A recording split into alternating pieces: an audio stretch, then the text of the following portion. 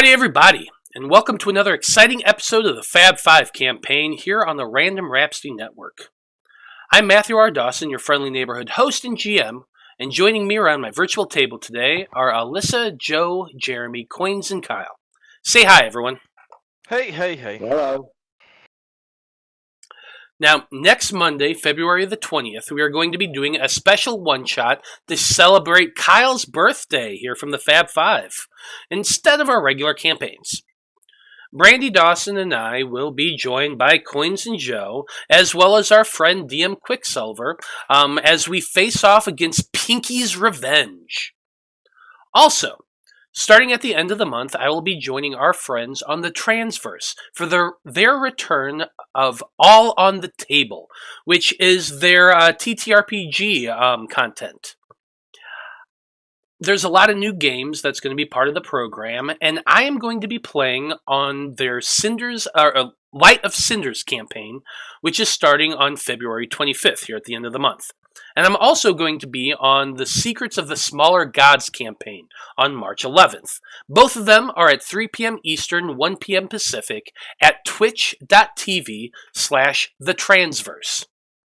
Now you can keep up to date on our schedule here on Random Rhapsody and everything we're doing by following us on Facebook as Random Rhapsody TV and on Twitter as @random_Rhapsody. And that's it for the announcements. So join us as we dive into the world of Loroupa and continue on with the adventures of the Fab 5.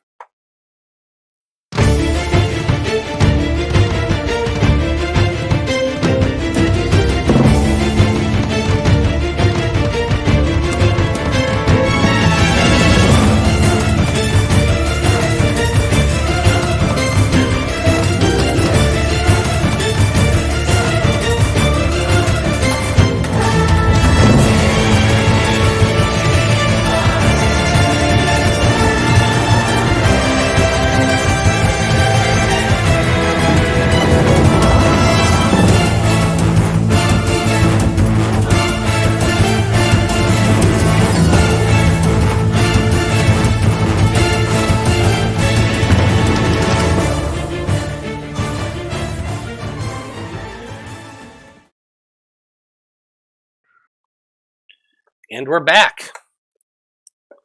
So when we last left off, the Fab 5 had ventured into a mostly dormant and partially petrified creature the elven legends had named Ambar'belthor, which is deep in the cursed lands of Seolin Revar.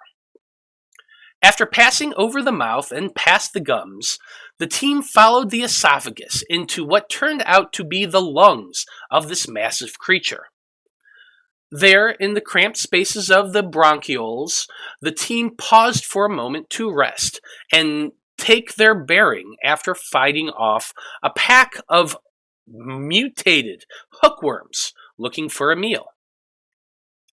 During their rest, the perceptive group heard what turned out to be a patrolling group of Drow, accompanied by one of their tamed monsters.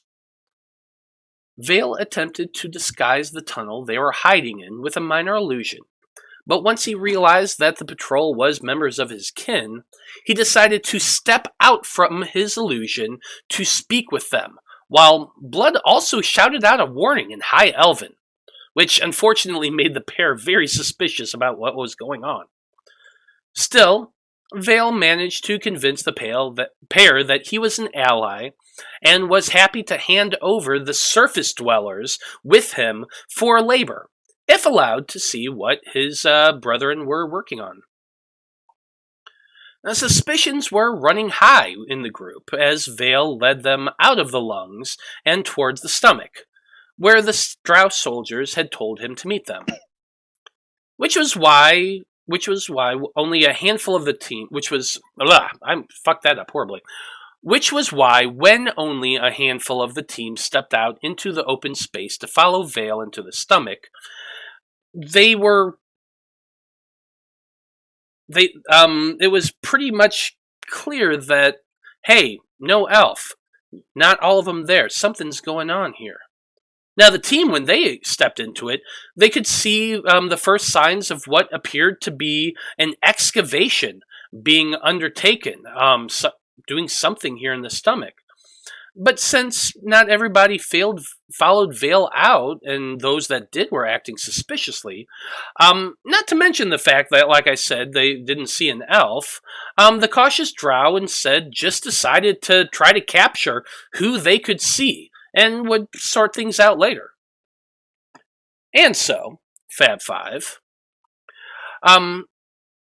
an immediate attempt to capture all of those who are visible caused your group to jump into action and start fighting for your lives, while Veil elected to stay out of things by poofing out of existence while making his way around to them. There were several groups of Drow moving in and out of globes of darkness as well, making the battle somewhat complicated to keep track of. Apollyon got caught up in an insect plague. Liam ran directly into a globe of darkness to deal with the Drow inside there, and Eloise managed to freeze one of the Drow with her cone of cold. Blood took advantage of his Gloomstalker abilities to hide in plain sight and snipe, while his brother kind of took care of his back and made sure that he didn't have anybody leaving him by himself. And so that's kind of what happened in the first round of combat. A lot's going on. But before we get back into the action, a question comes to each of your minds. And that question is, if you knew about the world that your players live in, where would they decide to visit on vacation? And Veil, since you're the one who rolled, why don't you go ahead and go first? Well, I think I'd definitely want to check out Vatican City. Not so much the above ground part, but the necropolis underneath. Take a pope or two home with you. God, that's an interesting thought. What would you be able to turn in? What kind of zombie would you be able to turn into from the Pope? I would assume it'd be somewhere up with the mummy type, or like Probably. some powerful undead, like a rite or something. Yeah, maybe. Liam, how about you? I'll give you a where and a when. Germany for Oktoberfest. Enough said. Yeah. I mean, that would be one hell of a party to go to. Okay, like it. Liam, or Apollyon, how about you? Well, I heard of this little town where I think I would be right at home. Las Vegas, Nevada. All the lights and shows. I bet there's wrestling every night. Oh my God, just all that light would be gleaming off Apollyon, making him even more golden. That's right, the Golden Boi would shine there like he's never shone before. Like it. Okay, a blood from a stone. Well, I don't have as many desirable places such as that. I mean, probably a desert area just because it's just like home. I'm sure, and this is the player speaking, he'd get tricked and he'd show up at a furry convention thinking, hey, there's other creatures here. And it's totally not what he thinks, although he probably could be the god there since he's a real version of it. But that would freak him the hell out. But yeah, the desert would be more his thing. A furry convention in And I guarantee he'd be somehow he'd hear about it. He'd be like, "Oh my God, there's more of my people," and he'd show up, and he's like, "These aren't my people." I like how you became a god on your vacation.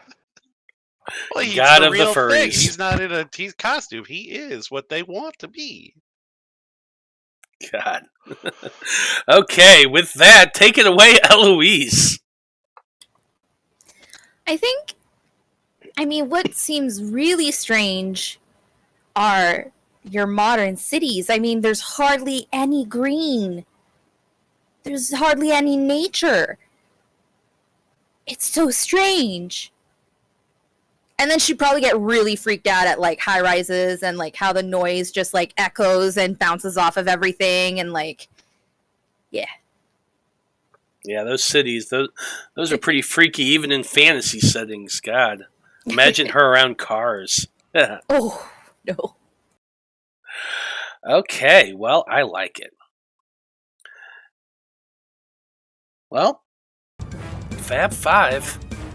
It looks like we're just starting things up at the top of the turn order. Let's go ahead and move to the map so we can see what's going on here, because there's a lot going on.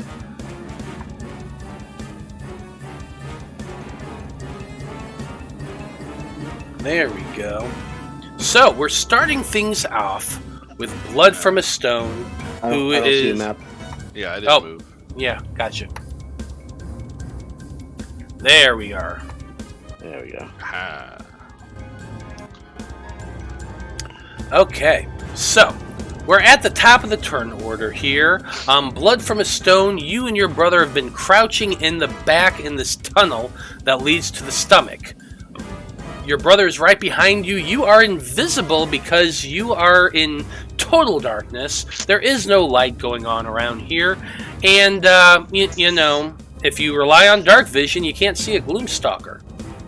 There, right.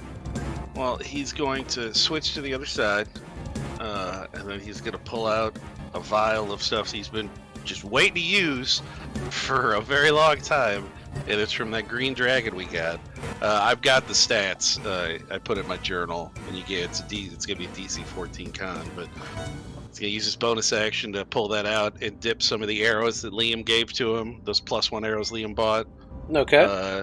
And he's going to target, I guess this is I mean, it looks like a special kind of drow. I don't know exactly what it is. So let me take a look here. Yeah, unfortunately, you can only get a little bit of a glimpse of them because there is a wall right here. You can kind of see them, but not since he's too invisible here, he can move out into the middle, right? Since he's in dark, I mean, would that give a better shot? What? You have sharpshooter, right? Yeah. But with that wall there is what you say. I mean, that looks like it'd be a better straight-on shot. Yeah, I would say that's a much better straight-on shot right there. Yeah, then he's gonna fire at that one first here, and this is it's gonna be a poison tipped area. He's gonna go ahead and go sharpshooter. Good God, I gotta click fucking everything here. Shit. Too many modifiers. Well, that's good. It gives me time to open up this character sheet. Alright. It's going to be a 28 on the pretty one. Okay, give me 1 second here. It's got that long flowing white hair. You shot Veil? Well, I mean, he shot the other pretty one. Oh, okay. Veil's the pretty one. This one's just pretty, you know. Fortunately, Veil is in the ethereal plane right now. Otherwise, he could have been the next shot. Yeah, a 28 is going to hit. And then that's 39 for the sneak sharpshooter and the poison. It was 46. Oh, and it's a DC count of 14 on the poison or half. Okay. So there was 8, 10. That's 12 on the poison. You need to. Okay. At all that. It always scoops it together. I wish it'd give it its own little block, but it. There is a way to do that. I'm sure. I'll look at. Yeah, it's not important right this second anyway. Okay, so it does hit. The arrow goes flying through the air, strikes this drow who's wearing very light gray robes that seem to kind of billow out about that one. The armor. Gets hit, cries out in pain. Needs to make the con saving throw. Yeah, it was a 14 I have written down for the dragon poison. Well, a 1's not going to cut it. That's for sure. We didn't have any modifiers of it being like a poison condition. It was just, I mean, that was what you used. 46 poison or half on the save. Mm-hmm. Okay. So 39, 40, 56 total. 56 points of damage in a huge shot. She stumbles back a little bit. What's that, Jeremy? No, I just said ouch. Oh, ouch. Yes, definitely an ouch. She stumbles back. She kind of hits there's a crane that she was standing next to, and she kind of hits that and grabs it and looks massively hurt, but is still alive. Alright, well, yeah, you know what, he'll just finish what he started with. He'll shoot her again.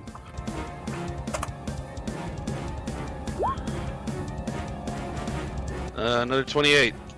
Jesus. Yeah, nothing she can really do about that one. This was, yeah, it's pretty much the same thing again, except no sneak this time. And another DC 14 con. Another failure. Man. So 30, I rolled a 1 and a 2 on those con saves. So 42 total there. 42 points of damage. She stumbles back. She's like clinging onto the side of this Go ahead, sorry. clinging to the side of this crane as she cries out in pain. I do need to do a couple con saving throws. I was going to ask, because she's doing the plague, isn't she? Yep, Yeah. so I need to do that real quick. That is a failure on that first one. In that moment, with that first arrow hit, all those bugs that are flying around you, Apollyon, vanish. And you can see clearly now, once again. She does not look great. She's got 2 arrows poking out of her. You can see like green veins going up the side of her neck into her face, because you've got that stupid dark vision. Well, you wouldn't be able to see the color, but you'd be able to see the veins kind of creeping up on her face. It's a nice contrast to her skin color. Yes, very much so.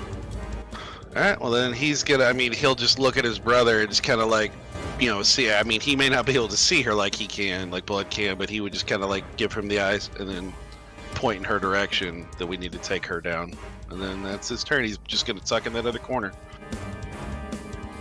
Yeah, he can't see you. Oh shit, that's right. Then he would do his, he'd do his little clicks, and he'd be like, he's like, you know, Drow mage, you know, he says Drow, catapult, or you know, crane, center position, or something like that. He'd give him a you know, a little bit of a whisper. Sure, I'll allow I that. keep forgetting. It's like, yeah, he doesn't have that shit, even though he's standing next to him. No, So, yep. not at all. Well, that's it for your turn. Veil, you're next in combat. You were on the ethereal plane. Tell us about what you're doing. All right, so Veil pops into existence. He'll pop in here, and he sees that there's no more insect plague. Sees there's some darkness over here, and he has the idea to do the same. So he casts darkness on his staff. Hold on, let me find that spell. That's using his Drow ancestry. And that is his action. So let's see. Concentrating on it, and let me pull up a circle of that. I'm sorry, what did that say? How big is that?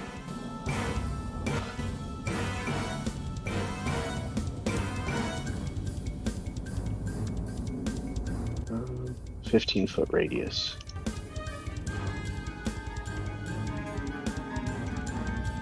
How'd you get the black circle?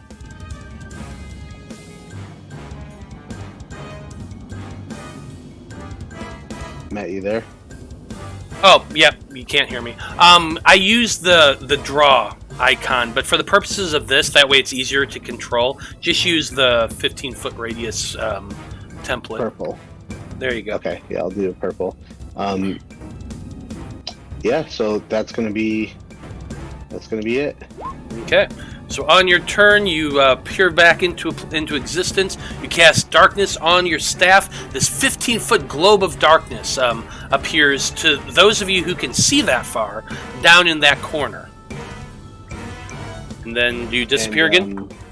Yes, I rolled a 20, so that's a good question. Does the darkness stay there, or is it gone as well? Well, so for 2 things first. The spell that you're blinking out of existence, is that a concentration spell? No, it's not. I'll throw it up for you if you want. No, just lasts a minute. So, what would happen is you're holding the staff that you cast it on. You disappear, therefore it disappears with you. and the globe of darkness goes away when you do as well. Okay. So it's still onto the staff. It's just dark in the ethereal plane. Mm-hmm. So Correct. I would assume I wouldn't be able to see anything. You would be able to see nothing because you are in the globe of darkness. Perfect. So it's one of these out of sight, out of mind. Whatever happens, happens. Veil thinks to himself. Fair enough. Okay. With that, turn over who we have next is the Drider. Let's see here. That guy's in the globe. None of y'all can see him.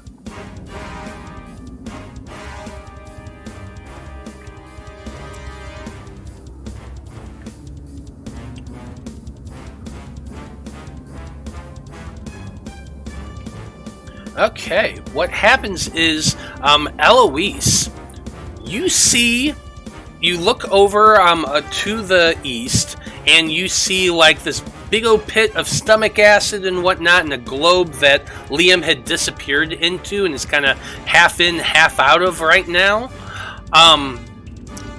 As your eyes look in that direction, you just see a giant fucking Drider come climbing up over, well, actually, you wouldn't be able to see it at that point. My mistake. You wouldn't be able to see it right then and there. But what you would see is, on the bonus action, they start coming in your direction, because that would be 30 feet to get to the top there.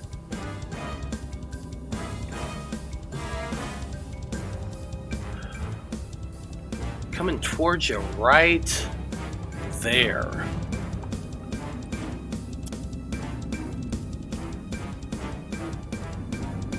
It is currently on the ceiling, and you can see just half out of the globe of darkness right there, and he just looks down at you. Seems to be heading in your direction, but he had to use his full movement to do that.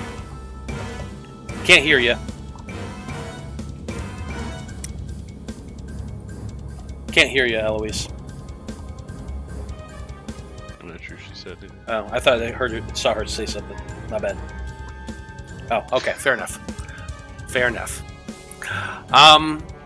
That's that guy's turn. Next up, we have Alnad. Alnad would be able to see this, obviously. He's going to be moving up 5, 10, 15 to right about there. He's going to be taking 2 shots at that Drider.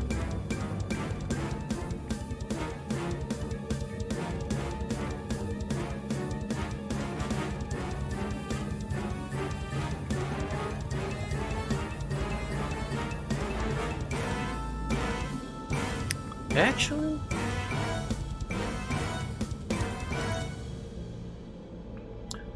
yeah, he's going to go ahead and cast Hunter's Mark on that guy as a bonus action. I think he's going to do that first. So that guy is Hunter's Marked.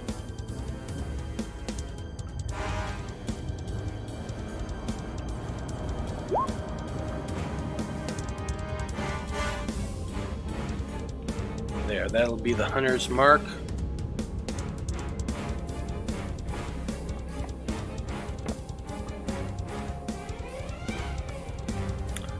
Then, as his action, he's going to be taking 2 shots.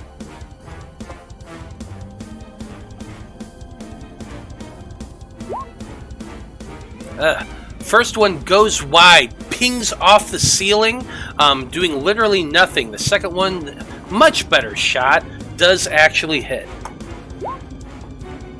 doing 10 points of damage.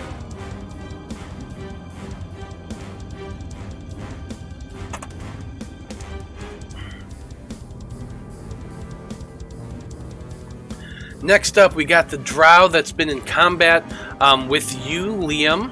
He's actually going to release his hold on the spell that he was concentrating. So the black orb goes away.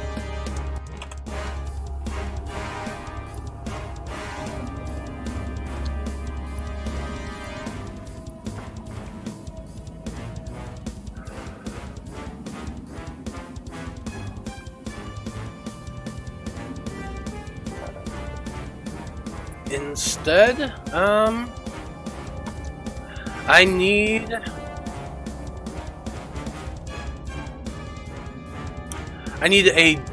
looks like a dexterity saving throw for, let's see, 20-foot cube.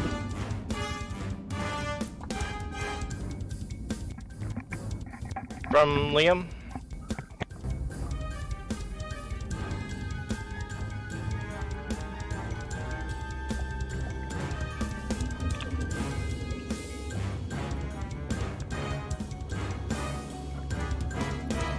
On Eloise, Alnad, and Blood, who just happens to be in that area.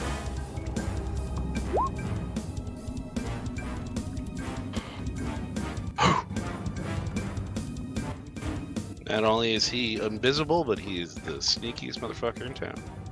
Good luck. That is Yeah. 30. Nice.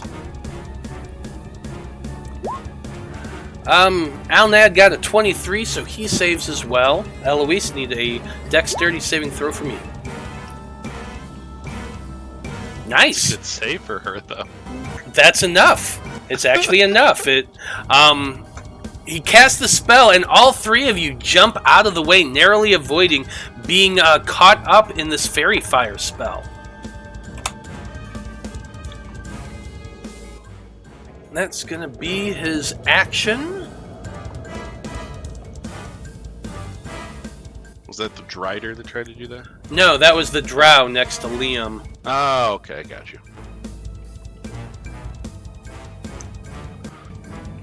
And then he's just taking his short sword, and he's holding himself in a defensive position right now. It's now Jareth's turn. Jareth wants to go towards Eloise. Has not heard from Veil as to what to do. Saw that spell just fizzle. Kind of thinking he needs to tuck in and lay low. So he's gonna kind of come back here, and if there's any rocks or anything, he'd hide behind and just kind of blend in for the time being until he receives order.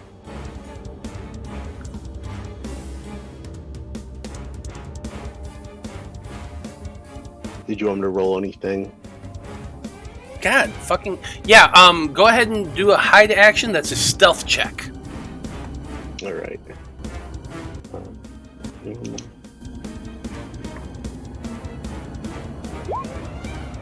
That is a 3.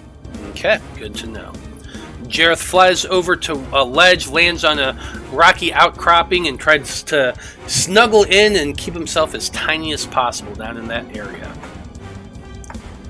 Next up, we have another Drow who steps out from that globe over there.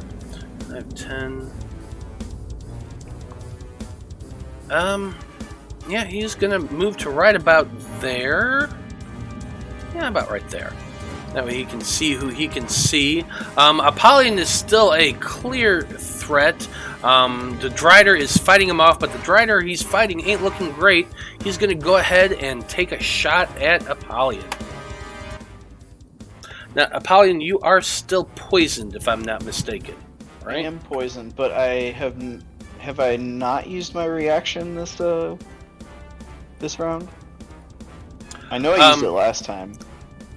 I know you did it once for But we stopped at the top. at the top of the right? so yeah, it's not your turn yet, so you do not have your reaction because you used your Okay. Oh no, he didn't last round. Okay, awesome. That's what I want to make sure. Go ahead. Yep. Hand crossbow shot. What's the poison condition? I think it's just for attacks. It's disadvantage on attacks and attacks, saving throws. Yeah, that's all it is. Okay. Hand crossbow shot at Apollyon. That's a 20 to hit.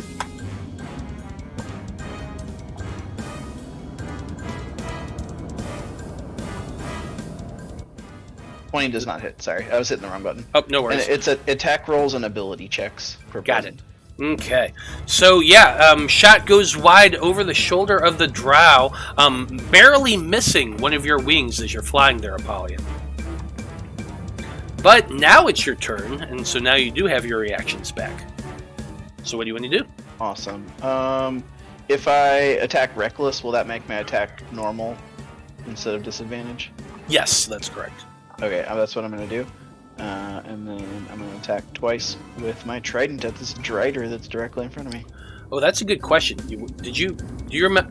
I don't remember if you attacked recklessly the last game. Let me scroll up and see. I kind of don't think I did. I think I had advantage for some other reason. Didn't somebody in our team cast Fairy Fire or something? Not on the Drow, no. Or on the Drider. No, I don't think anyone's cast Fairy Fire on your side. It was cast on me. Yeah, it was cast on Liam. Okay, Yeah, you did hit the attack with advantage, I see, so I don't know what. Well, chances are he's not going to hit anyway, but since if you did attack with advantage last time, let's just see. Go ahead. Oh. That's Yeah. fine. That did actually hit with a 24.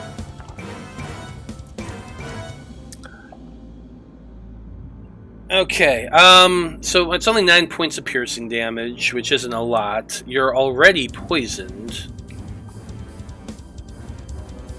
So you can't get super poisoned or anything. It's a 9 points. Yeah. Yeah, 9 points of poison damage. Oh wait, no. Is it 7 piercing and 2 poison, or?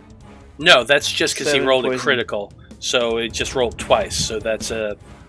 So none of it's poison damage. It's all No. piercing damage. Correct. Right? Okay. So I am raging, so I'll take half. Okay. Okay. That's it for them. Oh, I didn't get my turn. Oh yeah, go for it. Do your turn.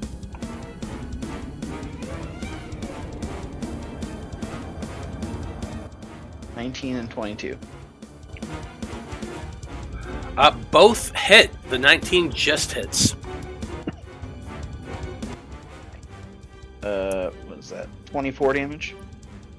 24 points of damage. Nice. And second hit, 21. You know what? First kill of the night. Tell us, Apollyon, how this looks. Woo! All right. Yeah, after taking that that bolt to the chest, Apollyon just takes his spear and just breaks off that arrow, and then turns his attention to the drider right below him and plunges the spear right into this guy's neck. And as he rips it out and the blood spurts everywhere, he slumps down dead.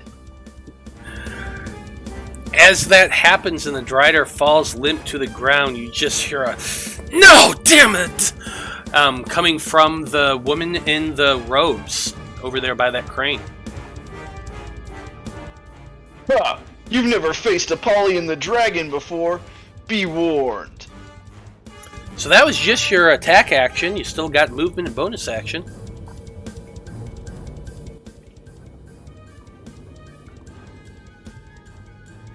Alright, I don't like this guy. I'm gonna fly up on him. I don't think I have a bonus action that is an attack, though.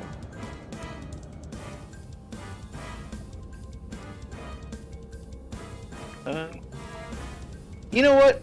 I can action surge, though.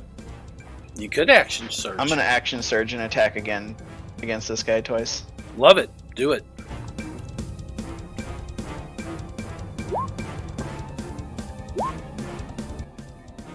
$13 and a 30. I'm gonna assume 13 does not hit.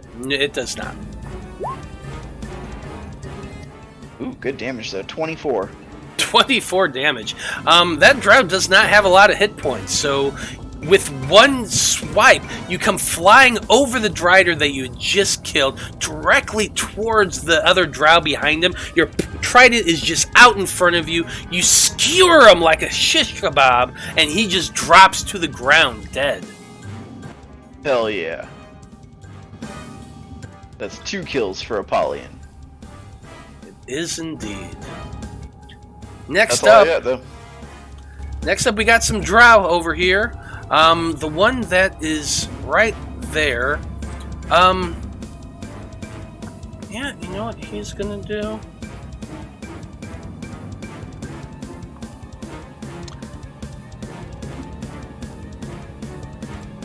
So you can't quite see what happens, but you do notice, Eloise and Alnad would see this, and I suppose Blood would after a certain point, is that globe begins to come closer towards you.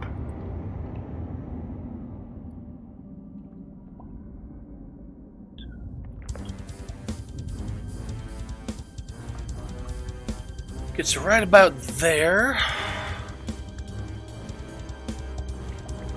I need to jump.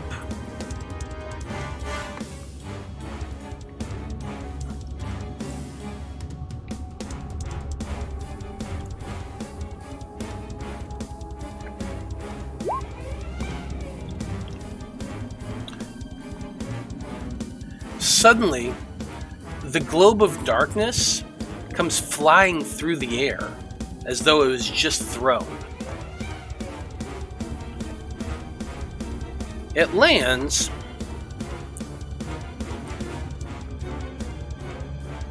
right about there because he couldn't throw it too far. These guys are now visible.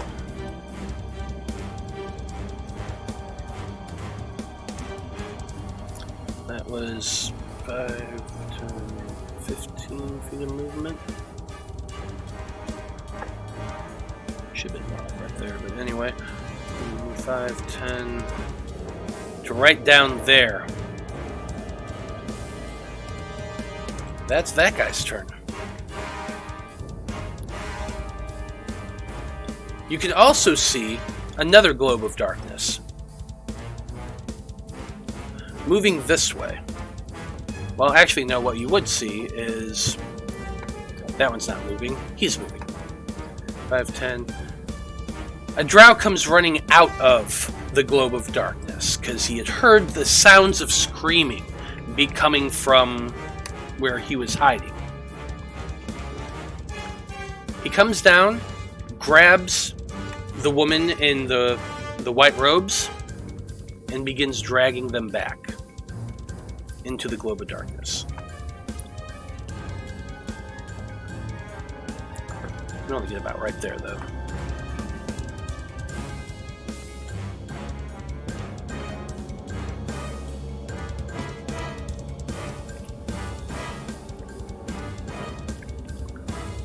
Okay, that's that guy's turn. So Liam, your turn. You got a drow right next to you that seems to be waiting defensively. You got another one on the ceiling, and that ball of darkness just kind of went flying and landed on the ground. Those of you with passive perception over probably a 13 or 14 would have heard the sound of a rock hitting the ground. Gotcha. Okay, that is the scenario. As a bonus action, I am going to move my hex to the drow that's right next to me. Okay. And I will start off with a couple swipes.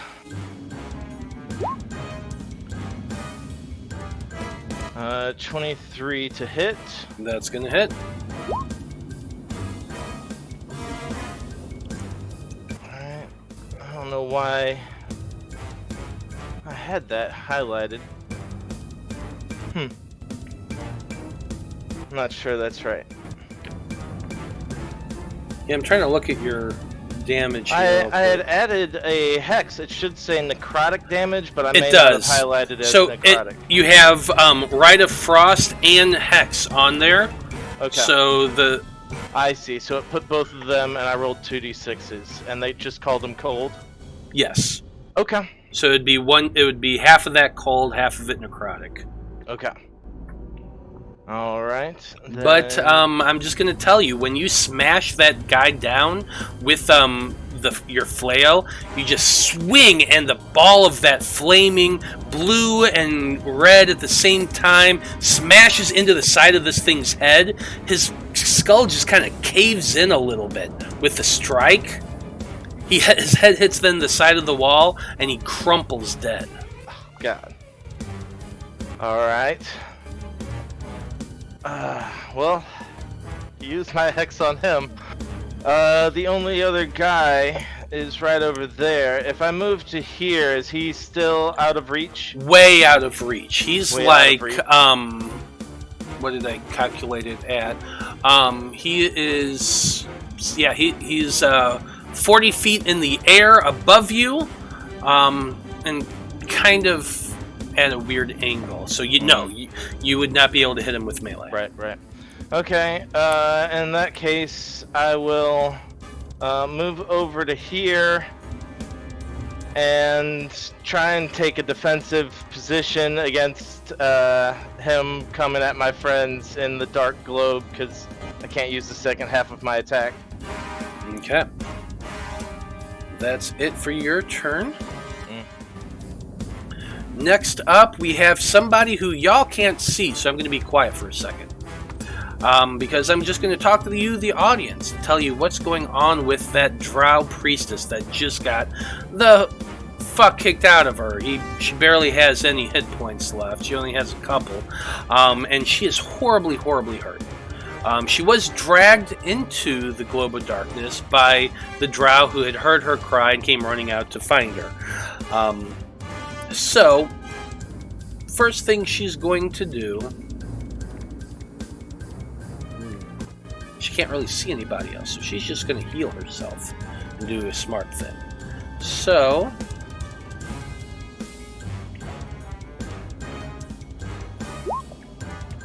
Healing at 4th level, doing only 14 points of healing? God.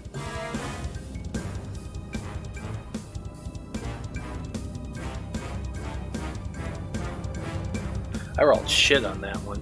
But okay, 14 points of healing. Brings her up a little bit. And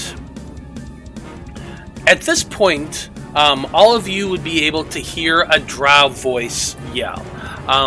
The only people who would be able to understand it is Liam, who speaks Undercommon, and Veil, you're in the ethereal plane, but you can still technically see what's going on in the material. And I imagine that voices are kind of distorted and weird in the ethereal plane, but you can still hear them. Anyway, what she yells out is, I knew it was treachery! We must regroup! Get back to the main chamber! And you hear her yell this really, really loud. For the rest of her turn, she's going to move very carefully. 5, 10, 15, 20, 25, 30 feet to right about there.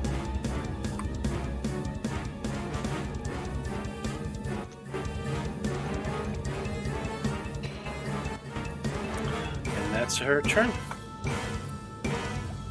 Okay, next off we got a Drow Mage who sees Apollyon there killing quite a few of their number.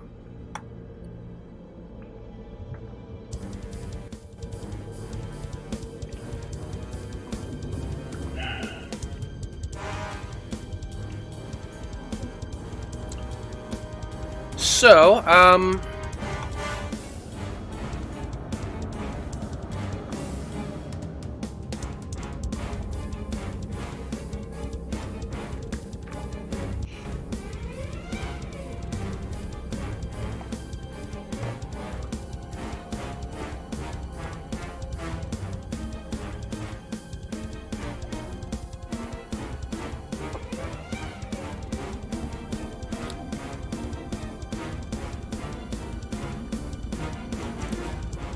okay,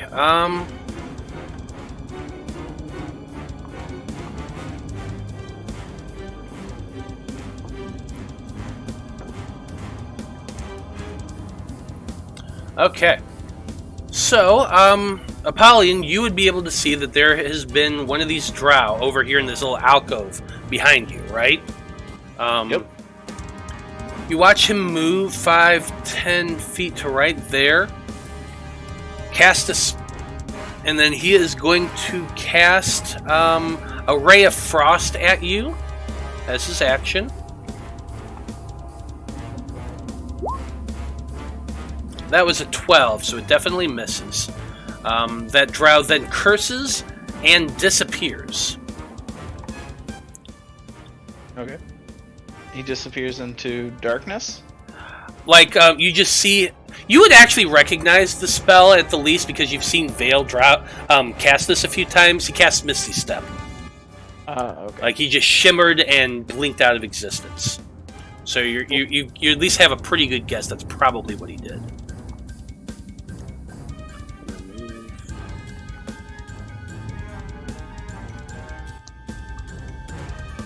Okay.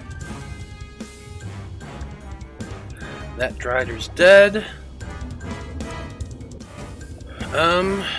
Next up we have a Drow warrior who's gonna move 5, 10, 15, 20, 25, 30 feet to right there.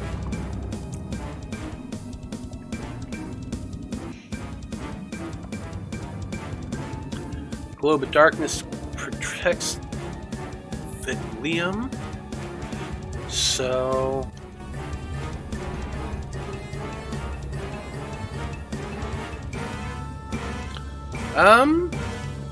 Actually, yeah, why not?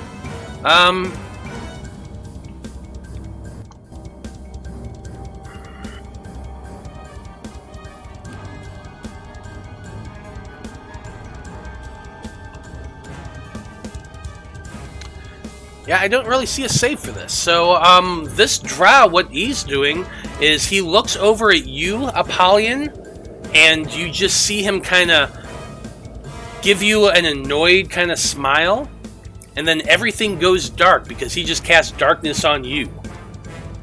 I don't see a save for this. I don't think there's actually a save. It's just he cast it on an item that you're wearing, and boom, you're dark. Yeah. I mean, I have advantage on dexterity saving throws against effects I can see, but that doesn't help. Yeah, so, I mean, I'm looking at the darkness spell. It just, you choose a point within range, and 60 feet, which so that is in range, to create a 15-foot radius sphere of darkness. It doesn't, there's no save attached to it. Oh, okay. It does say, when you choose object you are holding or one that isn't being worn or carried. Okay, so that is a good point. So it wouldn't be able to cast it on Apollyon himself. So instead, he would probably have to cast it like a rock or something at Apollyon's feet to make this happen. Yeah, he could like pick up a rock off the ground and like just cast lob and then and throw it. Yeah. Either way, but yeah, we're gonna say that he just cast it on a rock that was beneath your feet or something like that, and from your perspective, you're just fighting this guy, and then suddenly, whoop, all dark. Yep. Because it's a sphere, right? Yeah, it's a sphere. 15-foot radius. Yeah, so I'm definitely within that because I'm probably only a few feet off the ground if I'm fighting this guy. Like I was flying, but not very high. Okay. Yeah. You were like within 5 feet of the ground. You're right on it. Was what? Yeah, because I had to like previously. come down to try to stab at these guys anyway. Yep. So there you go.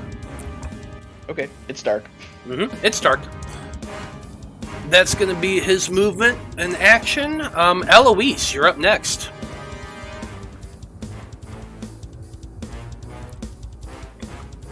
Can't hear you, Peach. Damn it! I was muted. I was gonna say it.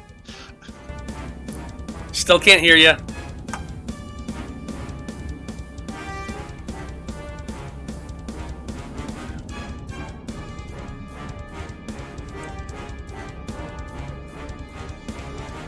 How about now? Yes. Okay, Yes. figured it out. Okay, so you said that when this sphere of darkness or whatever was thrown towards me, that I saw it moving, right? So I saw its size. So like you saw the big 15-foot radius globe of darkness come flying up in the air, and then just boom, and then it's all dark. Yeah. And like it moved a little bit and then stopped. Yeah. So like I generally saw kind of what size it was. Well, you had just seen the 15-foot globe of darkness. You didn't see what it was attached to. No. I'm saying the globe of darkness. I'm asking. Yeah, you saw a 15-foot globe of darkness come flying at you, land on the ground, and it's just you're engulfed in darkness right now. Cool. Okay, so then I'm going to, I'm pretty sure my boots of flying are still active, so I'm gonna fly on up until I can see, at least poke my head out of the darkness and see. Yeah, it's only 15-foot radius, so you would be able to fly up probably 10 feet and get your head above it. Cool. Okay, so I'm gonna do that, and then I am going to upcast a spell.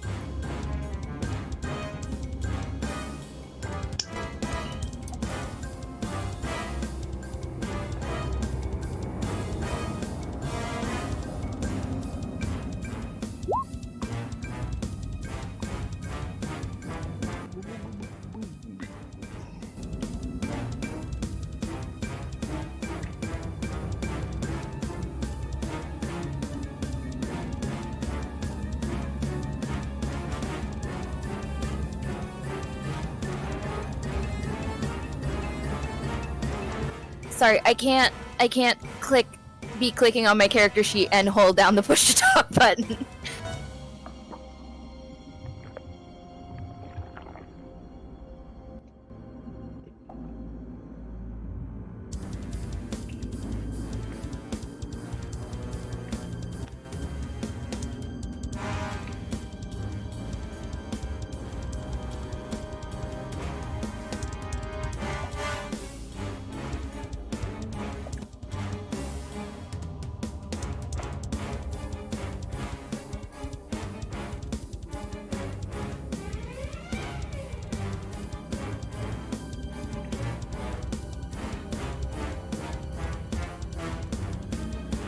Alright, there we go.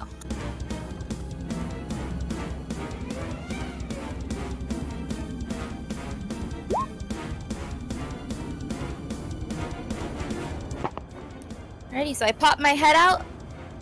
I see the Drider right there. And I go, oh shit! And I'm going to cast Moonbeam on it.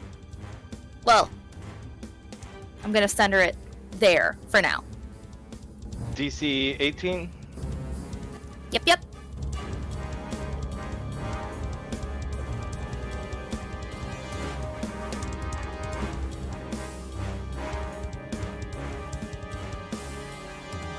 You talking to Matt us, Matt? talking to us?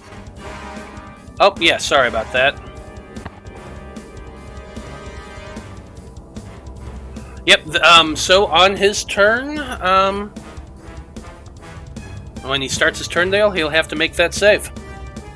I think you have to do it now as well because No, it says when a creature enters a spell. We've gone over this many, many times, and we've determined that it creates an area of difficult terrain. It doesn't happen the moment the spell is cast, it only happens on their turn.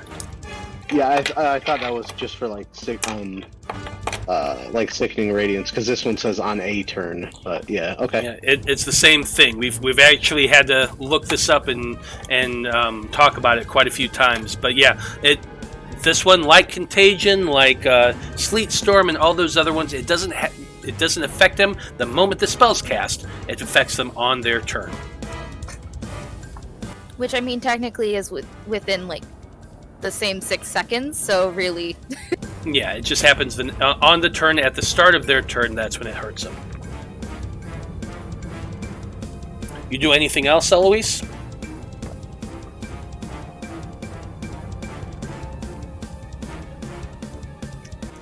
I'm gonna, once I've got the moonbeam there, I'm gonna pop back down into the darkness and move back. I did see that I was close to the edge of the darkness, so I'm just gonna scooch on back. Scooching on back. I'm gonna bump into blood and go, oh shit. Yeah, bumping into over. invisible blood. Are you up in the air? She moved Or did down. you come down? I lowered back down into the darkness, and then I moved out of it, so that way no one would know that I was no longer in the darkness. As soon as he sees you, he'd be like, whoa, and he'd tell you, like, what? So you know that he's there. Yeah, so I move over so I don't step on blood. Nobody Okay. wants to hear that hiss. No, not really. Okay, next off in turn order, we have a couple Drow. Let's do these really quick. That guy's just gonna. He heard the order to evacuate. I'm gonna move 5, 10, 15, visible right there technically. 20, 25, 30, 35, 40, 45, 50. And he's gonna pop and stay right there. That's that guy's turn. Oh, I did the wrong guy. Oh, it doesn't matter. Because they are both doing the same thing. 5, 10, 15, 20.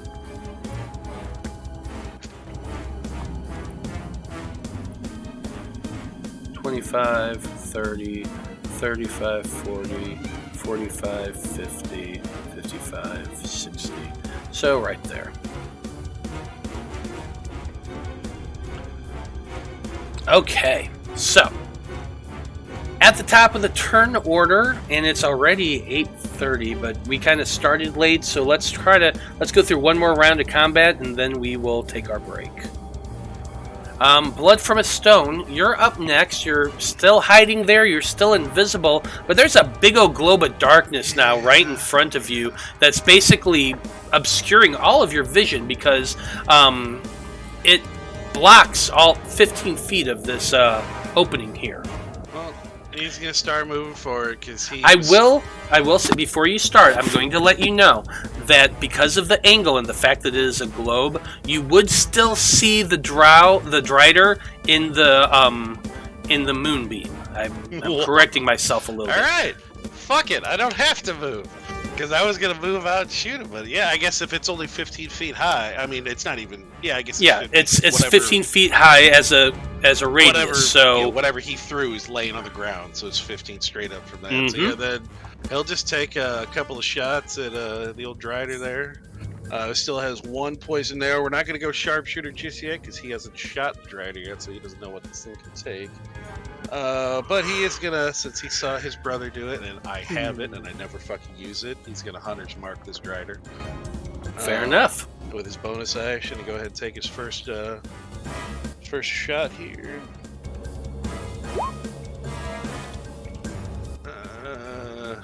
Shouldn't be +3. Should actually be -2.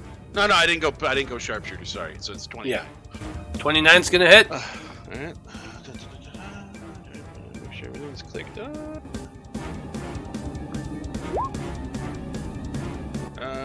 With the 14 DC Con 14 for the poison. Oh, so you did use the poison one? Yeah, he had one. Yeah, because you said I Got had it. 3, so I had 1 poison arrow left. Got it. And it looks like that's gonna be. I rolled another nat 1. You can't see it because I accidentally rolled it to GM, but yeah, he failed. 74 or 54 plus 9 is what, 63 on that one? You said 63, huh? Yep. Guess how much this thing had? 63? It had 63.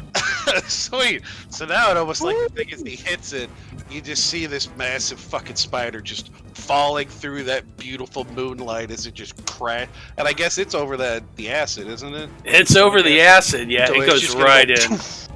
Hopefully none of that splashes on Liam. I don't know why I just said that and gave the GM fucking any kind of thing to do. I apologize.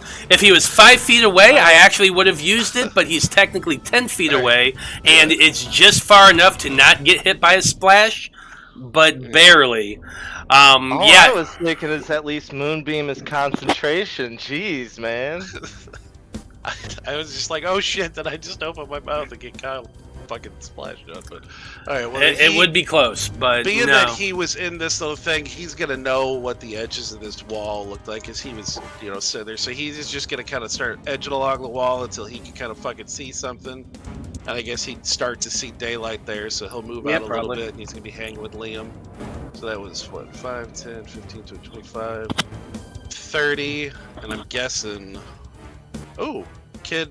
Can he see this one way down here in the distance? I mean, it doesn't look like. Oh, God damn I mean, no, it looks like I'm going to say no, because the darkness would just kind of block him out with your dark vision. All right, well then he'll burn through his feline agility to scoot out. God, now I gotta go back to this. Move out. He's gonna start moving around the corner. I guess, do I need to make a check to? To get over that, you are gonna have to make a jump. It's only 5 feet, so it's not really a high DC. Give me an acrobatics check. Oh, 17. Yeah, you're good. You easily jump over that small area. You only takes 5 feet of movement to do so. Well, then he's going to start kind of hugging back up in here, and now he can see it looks like 2 partners here. Mm-hmm. So he's going to go for this one. And shit, I can't move the hunter's mark until next round, but yeah, we will go sharpshooter for this one. Let me turn off the poison and the hunter's mark. And since we're still using Liam's arrows, we're just going to go ahead and keep it that. Where is that? That is a 21 on Baldy here. Yeah, more than enough to shoot him. Yeah, wow, the +1 for the... oh yeah, and I didn't do, so it's 25, 26 on him.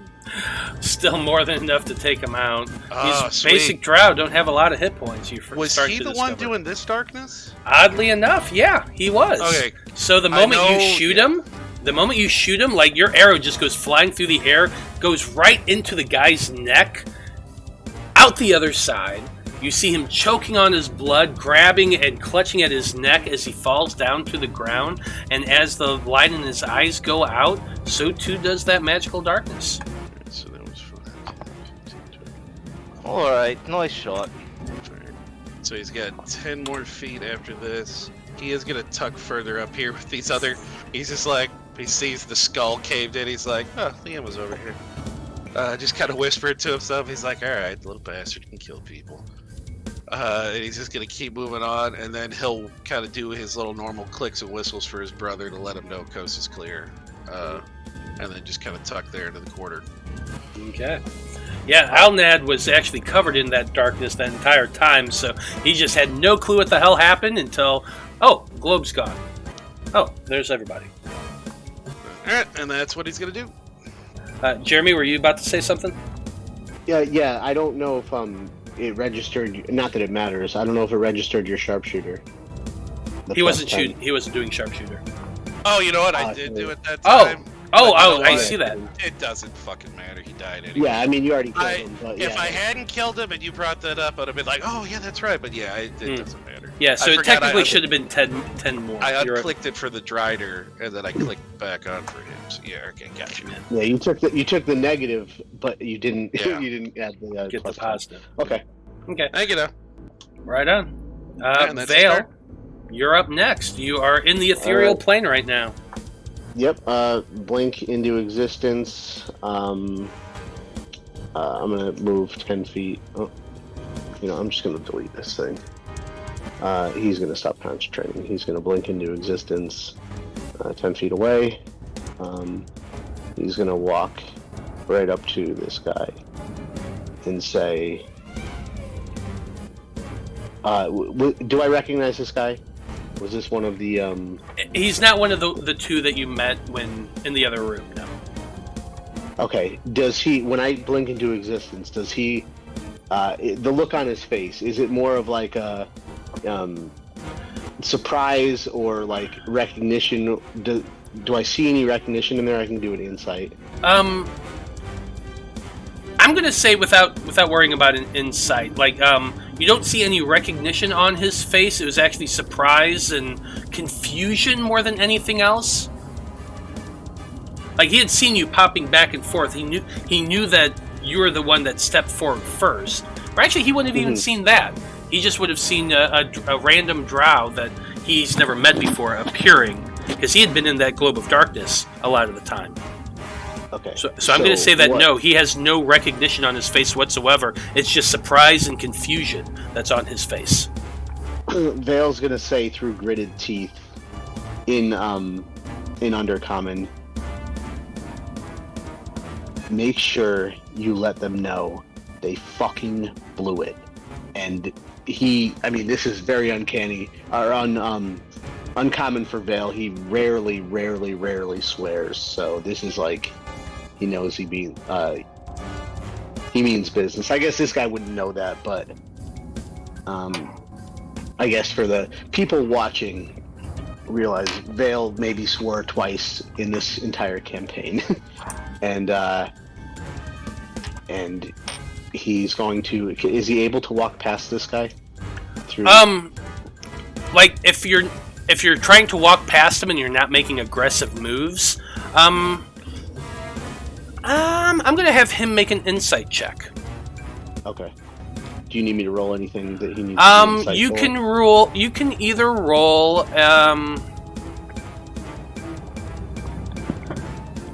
I guess you can either roll persuasion or deception, either or. Okay. I'm gonna roll persuasion, which is a 14. Roll for friendship.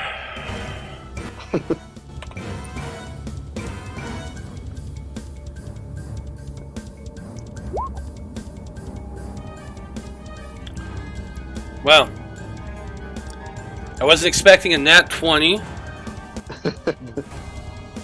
but I got one. God, how do I want to interpret this? Yeah, I'm gonna have to say that. So you say this to the Drow. You begin walking past him, and I think what he would do is he would try to, well.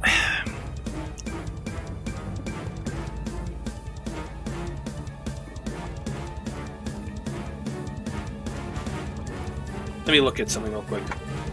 Okay.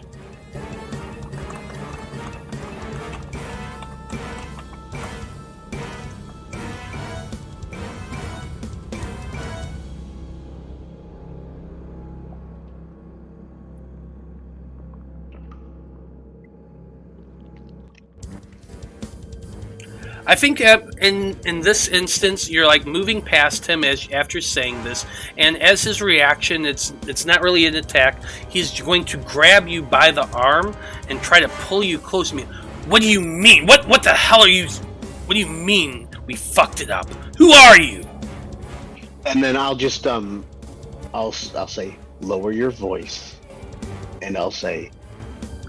I'll describe. I didn't get a name of the initial Drow that I met earlier. Correct? No, you did not. All right.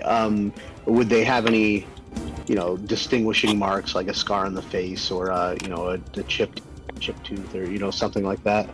Sure. You were talking to him long enough that you could at least been able to see some distinguishing feature on one of the two of them. All right, and I'll say, when you get back. You tell insert distinguishing feature here that they blew it, and you better be prepared next time. I'll say something along those lines, and then I'll continue to walk to see if he gets an opportunity to attack or not. I'm going to say that because of that nat 20, he's able to pick up your context clues in this, and he is not going to be attacking you.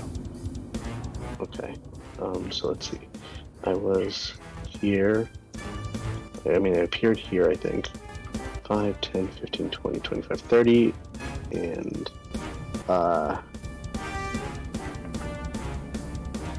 I'm going to say, okay, here's my second question. So, if I summon Jareth to me, call him to me, I'm not going to do this time, but I do want to know for future reference.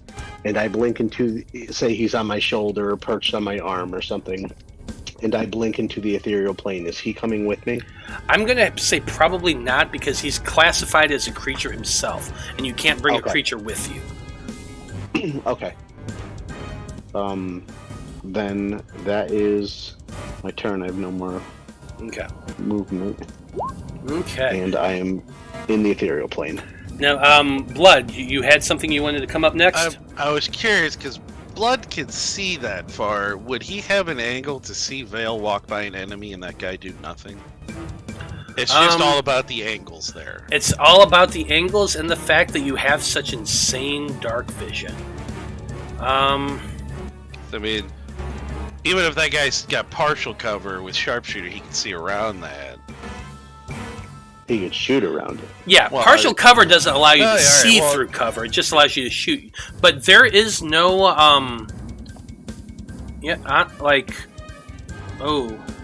Okay, so I see what you're saying. There's this gap right here. It's like where in the 5 foot square is he standing? You know, it's that kind of weird thing. That's why I was just curious, because I think it's just going to be interesting for a narrative later if he did see him. I think that what I'm going to say is you could see that somebody was over there. You couldn't quite get a full glimpse of them, but you could definitely see, the armor that you're wearing, maybe like a shoulder down, something like that. And then you see from that point on, like right about here, that's when you see Veil coming past and walking to right there. So that's what you would have been able to see. So context clues, you would be able to see the arm, the armor. And he might have seen that guy there when he walked past earlier, but he doesn't know exactly that he stayed there. Yes, but you would have seen that person did go that way. The only reason you're able to see all this shit is your ridiculous, your ridiculous dark vision with the bow. But he's got 90 without the bow, so you would have seen, I guess, barely seen that. But yeah. So, all right, that's all. I was just curious. It's gonna be fun later. That guy is dead. Alnad was right over here. He probably didn't get a completely clear view of the whole thing either, because he has something in front of him as well. And he would not have been able to see that interaction at all based on where he is. So he has no clue what's going on over there. Instead, he's going to be coming out now that it's actually safer to do so. He's looking around.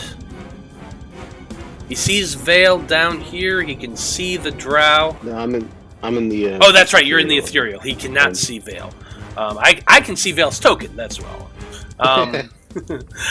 He can see He wouldn't be able to see Veil at all. Wouldn't have even known he walked by. But he does see the Drow standing there, looking. Actually, can he even see that? That's another question. Let me see. Yes, barely. He can see the Drow. So he does see the Drow. Seeing the Drow looking kind of perplexed and confused, but has his head in that direction. So Hunter's Mark moved to that guy as a bonus action.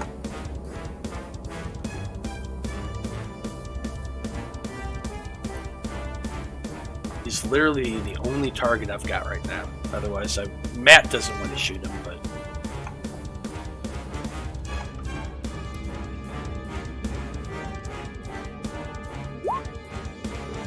Ooh, 2 good shots. Both do hit.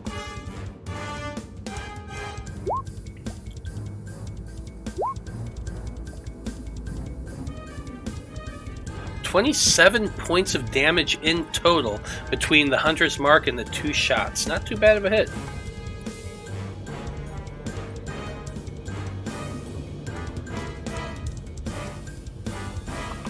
This Drow gets hit twice from the arrows from Alnad.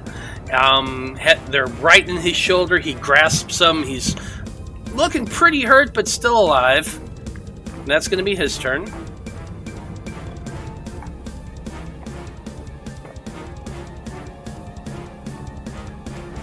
Technically, it is Jareth's turn next, if you wanted Jareth to do anything. Veil. Jareth's gonna come over and kind of float around and land on Eloise's shoulder. He looks extremely confused, and Eloise can tell. I'm assuming she could tell that he doesn't know what's what right now. Fair enough. Next up, we have a Drow that's engaged with Apollyon, who both of you are in complete darkness. Congratulations! Yeah. The Drow, he's going to use his action to disengage and then use his movement to move. But you can't really see what he's doing because it's in darkness. 5, 10, 15, 20, 25, Oh, wait a minute. That guy's got an X on Yeah, him. Is that he guy's dead. Never mind. My bad. That's the guy that Apollyon just flew over and stabbed with his trident, and he went down. My mistake. You know it. Nope, that guy's dead. Apollyon, it's your turn. I can't see anything. So If you're talking, I can't hear you. I can hear him. I can't see anything, so I'm just gonna move forward, I guess. Do I need to like roll a die to move in a random direction, or can I just like Like, pick a direction? you know north, south, east, and west. You at least have enough knowledge so you're not confused, but you don't know what's beyond those things. So, what direction would you try? Are you trying to get back to your friends? Are you trying to pursue? What are you trying to do? I'm gonna back up.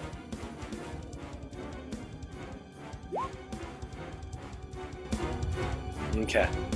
So, you're in darkness, but you're flying. You're hovering just a little bit above the ground. You go flying backwards, and you're able to get out of the globe of darkness, and you would be able to at least back up and fly enough to hover over a land mass. What's up, Vale? I was actually just typing cancel that next. I was just curious as to what Apollyon's his labyrinth ability is, if that would come into effect here, if he'd be able to. It's know that what's I going can. on. It's that I can recall any path that I've traveled. Which is why I think it's fair to say that you can recall where you've been and able to fly backwards out without risk of like falling into the acid or something like that.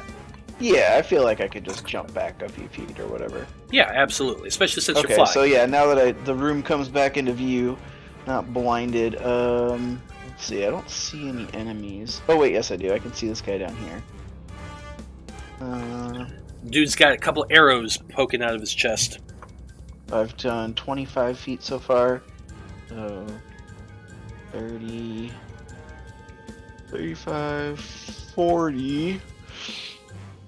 I'm gonna use the dash action to get all the way up there. Okay. And I'm gonna hit him with a goring rush. And I'll go reckless in order to attack at normal instead of disadvantage. Okay. Flying up in the air, you come charging down it with your horns. 19. 19 does hit.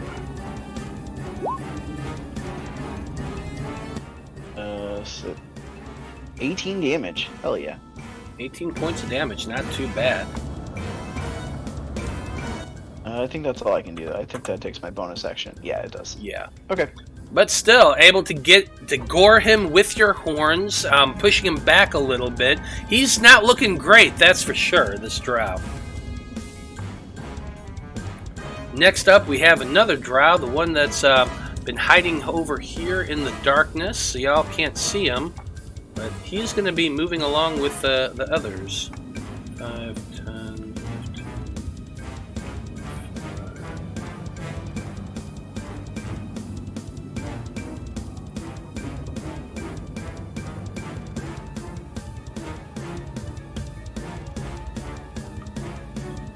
Now it's just going to hold its action right there. In case anybody comes out, he's got his crossbow ready. Okay, Liam, you're up next. You just saw Apollyon fly up out of the darkness and then charging towards the last remaining drow that you can see. Mm-hmm. What would you like to do? Did he kill that guy? He did not kill that guy. Oh, Paul, you're supposed to kill him. Tried. Given that Apollyon's right there, I don't think there's any need for me to join that fray, so I'm gonna change my technique up. I'll move 10 here, then I want to move to this spot, this little island spot. Do I need a... Yeah, you need to make just an acrobatics check to jump over that. The DC is not very high. Sure.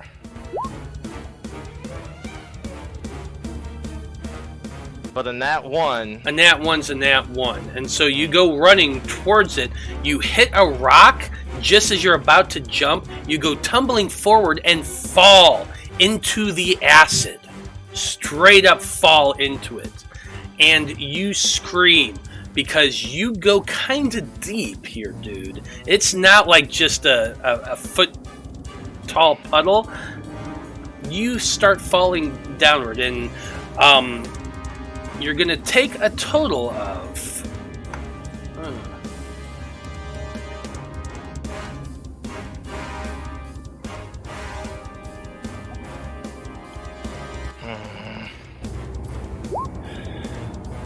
32 points of acid damage just from falling into it, as your entire body is just beginning to burn away.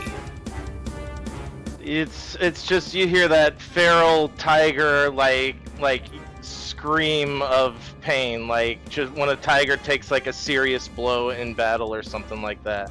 Mm-hmm. Can I get out of this? I've got plenty of movement. My question is there something I need to do? Yeah, so you're starting to fall downward into this acid. I'm going to need you to make an athletics check to pull yourself out of it and try to get it onto the ground once again. Gotcha. In tiger form, I get advantage on all strength-based checks.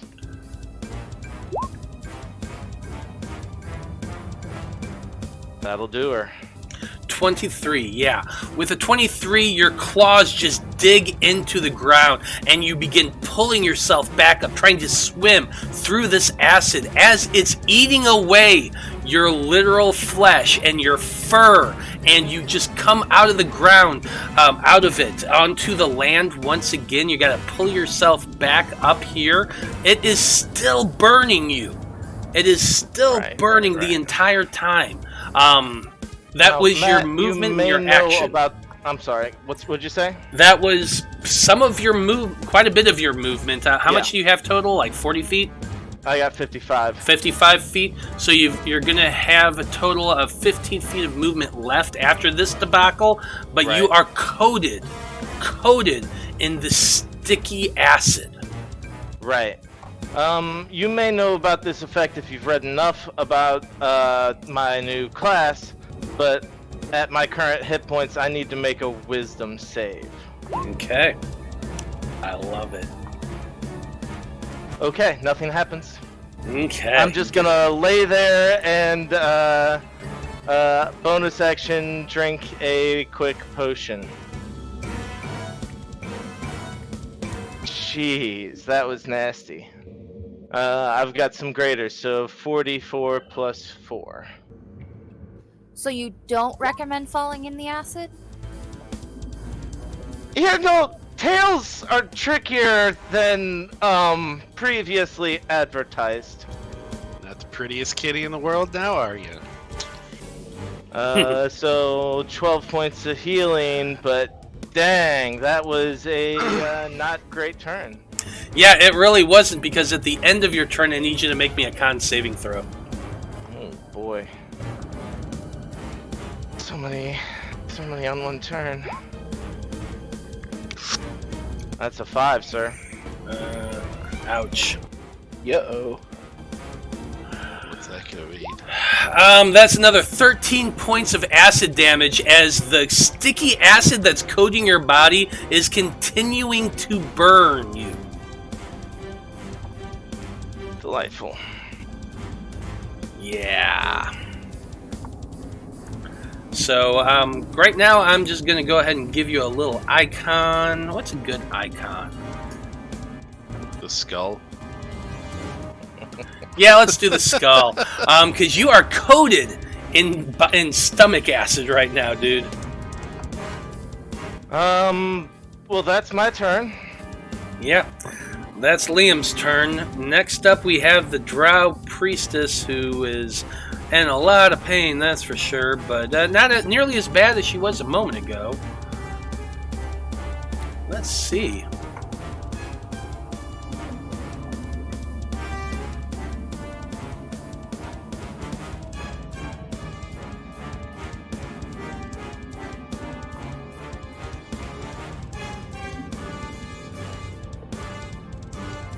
Okay, so can anyone actually see her motions? I don't think anybody can. That's good. Cool. I need to roll a percentage. Let's see. It's just an action. Cool.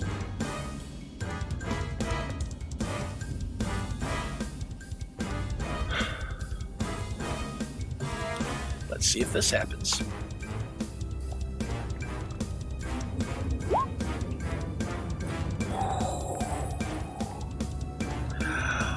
So what happens is you all hear a loud scream. Like, you ever had like one of those headaches that's like an ice pick to the temple, and then you scream out in pain from it? That's kind of the sound you heard a second ago. As that absolutely failed, so she's taking 1d10 psychic damage. She only takes 4, so that's good at least. Ow. Then she's gonna move. 5, 10, 15. 5, 10, 15, 20, 25, 30 feet right there. That's her turn. Next off, we got the Drow Mage's turn. She's gonna move as well.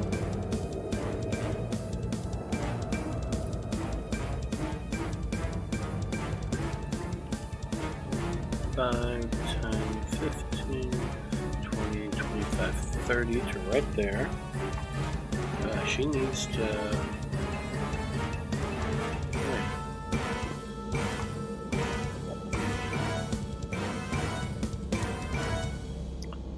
Oh, she gets to do that too. Why the fuck not?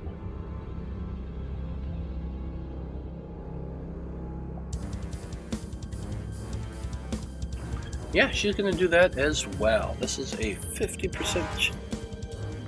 So she needs to roll a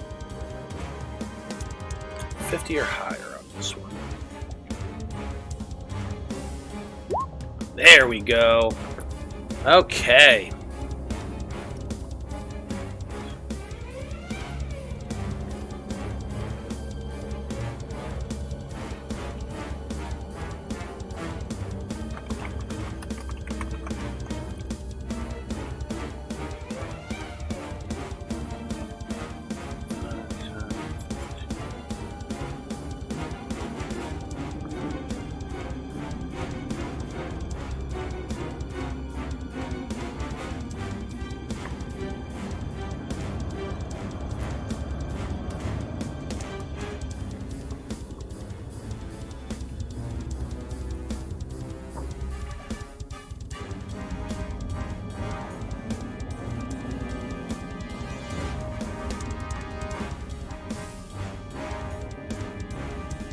Okay, I don't know why the hell this is not working. Give me 1 second.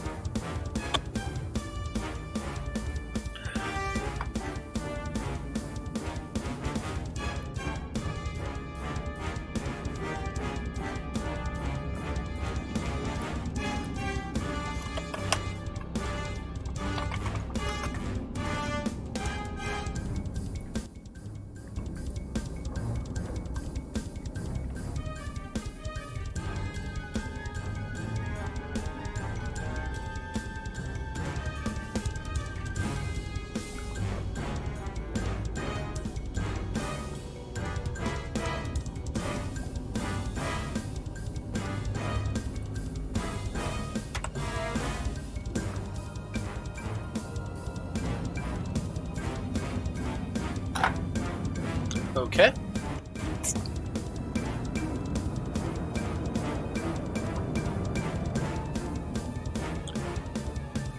So I'm having some technical issues, which is kind of annoying. So why don't we go ahead and take our break so I can reload this and try to get it to work. We'll be back in 10 minutes, folks, and when we return, we're going to continue this battle. Hopefully, Roll20 is letting me actually do the thing I'm trying to do. So stay tuned.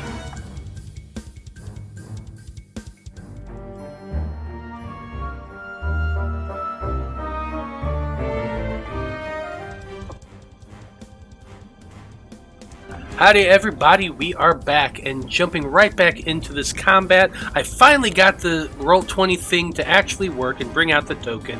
So what everybody hears, because I doubt anybody can well, no, I don't think anybody would be able to see this because there's a lot of shit going on and Liam's on the ground burning from acid right now.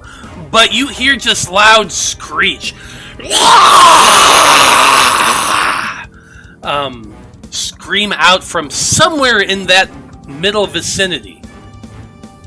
That's what happens.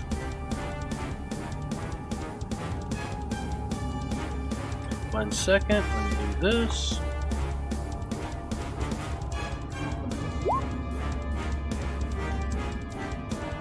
Okay. After that...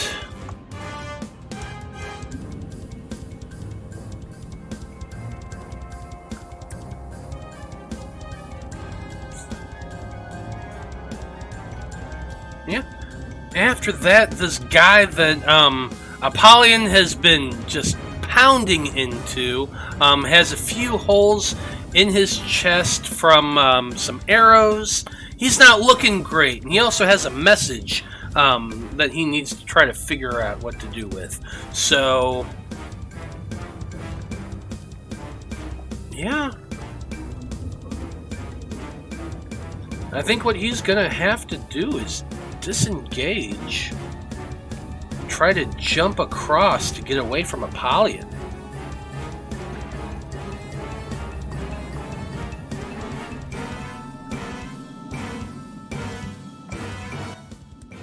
That's gonna be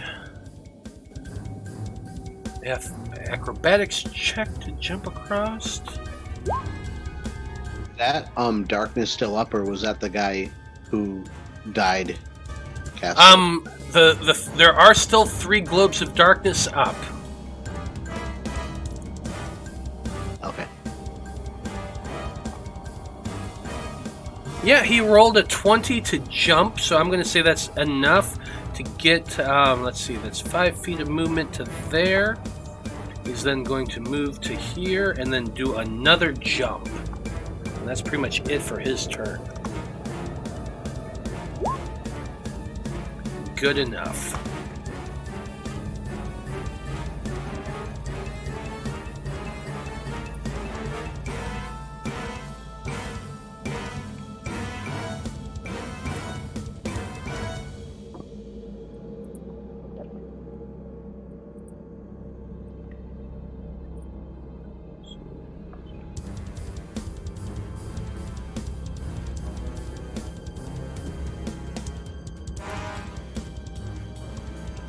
Okay. So Eloise, here's what's going on. You have Jareth hovering on your shoulder, hanging out there. You've seen Alnad standing over Liam, who pulled himself out from falling in acid. He is covered in this slimy goop, and that's burning, literally eating away his skin from the outside. There's a bunch of globes of darkness. Apollyon is somewhere to the south. You're not quite sure where. That's what's going on for you. So what are you doing? Oh, and you do still have your moonbeam up. Yeah. I am going to fly over.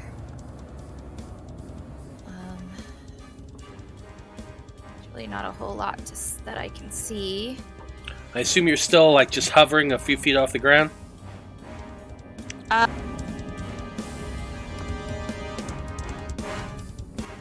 Yeah. I'm going to move my moonbeam. I think I can move it, what was it, 60? Hang on.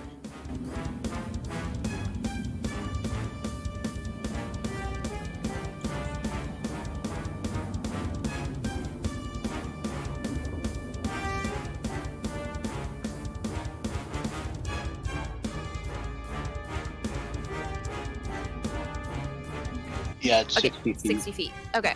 So I'm gonna go ahead and try to move it, so... Oh, shit.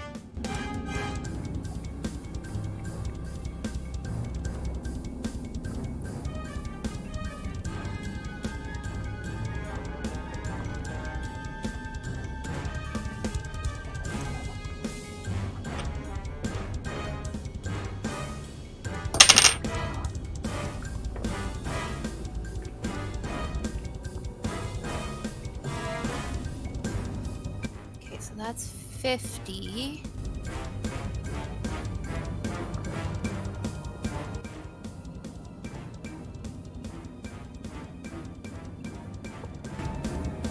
I guess I'll place it there. So I don't want to get too close to Apollyon. So yeah, I'll place that there. And then so here, yeah. So this one's interesting. Non-magical light can't illuminate it, but this is technically magical light, so it would shine somewhat into that area that you just moved it into. So you'd see like where this 5-foot radius is. There's like just a shaft of light around it. Unfortunately, once that happens, you do not see the drow that jumped in there. He must have moved past.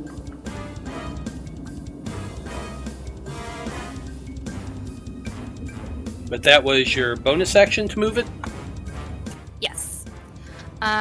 So then for my action...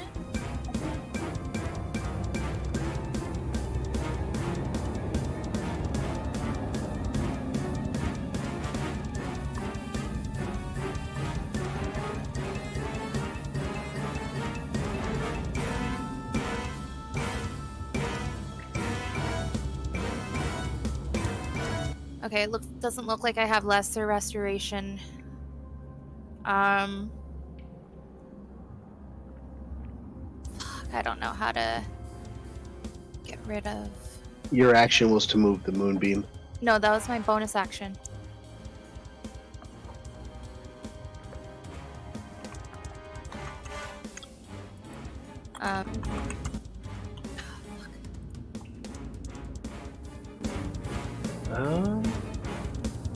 No, I think it's an action.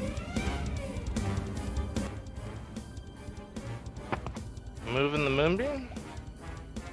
Yeah, Sure it's bonus. nope, last sentence. Okay, it is an action. It is an Yeah. action to move it. Oh, shoot. Alright, well, then that's all I got. Shit. Okay. You don't have a bonus action you can do?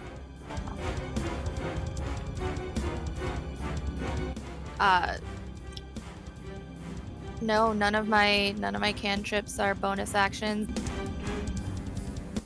Like, I don't have Okay. anything that's going to be helpful. Unless, okay, I have my... I don't know if you'll allow this as a bonus action. Can I start looking through my herbalism kit just to see if I have something that could neutralize acid? Something, like, basic? So I have a healing kit, a healer's kit, and a herbalism kit.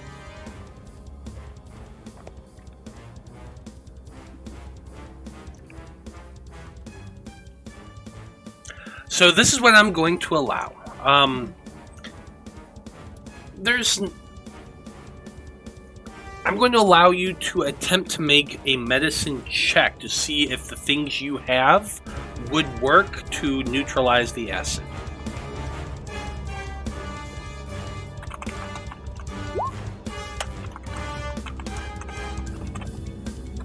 $28. Okay, so with a 28, you would know that really the best way to neutralize acid is to use something like sodium bicarbonate or something along those lines.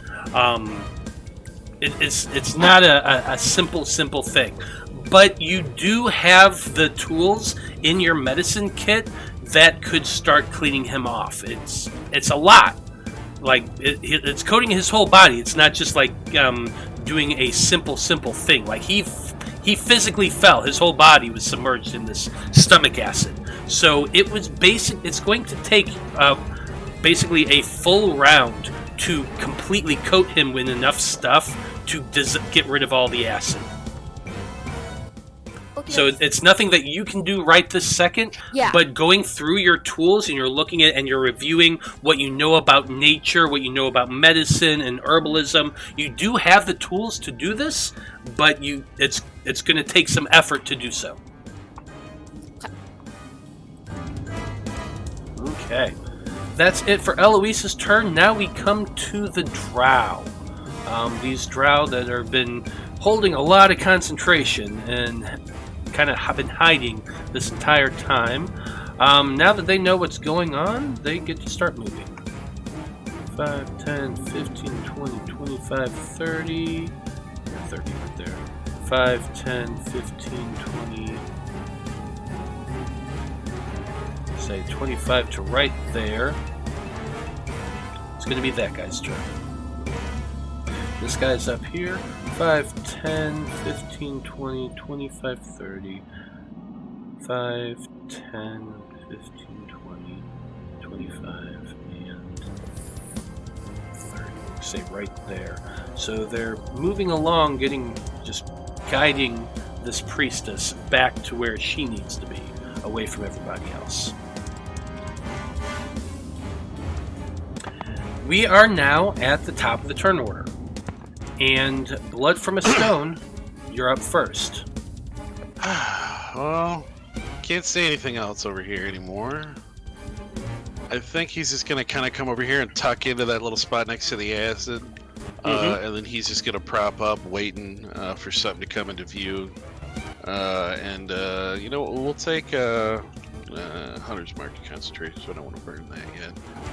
Yeah, we'll just he'll just have a shot since he hasn't used them because we slept outside after the weird roper fight, right? Didn't we take a? You took a short rest. You did not. You have not taken a long rest. This is still the same day. Okay, then he doesn't have blazing bowstring. All right, then he'll just he's just gonna hang out, waiting with shots for anything to come into view. Okay. Veil, it's your turn. What are you doing? All right. So first off, where's the that jug that we have that creates the stuff? The alchemy jug? Yeah. That's good. Joe, do you know where that is? It's probably the bag of holding. Did you guys sell that one, or did that I don't think we. No, the other team sold it. I remember that. No, the other team gave it away. Yeah. Yeah, because I've been meaning to be like, hey, I want to start making acids and shit from this, but I keep fucking forgetting and not thinking about it. Then yeah, it's probably in the bag of holding that Blood has. All right. Oh, okay, so Blood has it. All right. Well, first things first, he'll pop into existence over here, 10 feet away, and then he can see Liam laying there. Could he tell he's covered in acid? Oh yeah, it's not difficult to tell this. There's literally smoke rising up from him, burning away his flesh. All right, and then I guess my second question would be, with the jug of alchemy, are we able to conjure up like a baking soda water mix, or is that not on the table? I'm not sure what goes in there. Do water, ale, I think. Acid or poison, and then oddly enough, mayonnaise. Let me hold on. It's been a while since I looked at the alchemy jug too. I know it can do oil, which might be on the base spectrum. I don't know. Solve. So what he's getting at is he's going to shout over to Blood to retrieve the alchemy jug and see if that could help Liam. Jug of alchemy.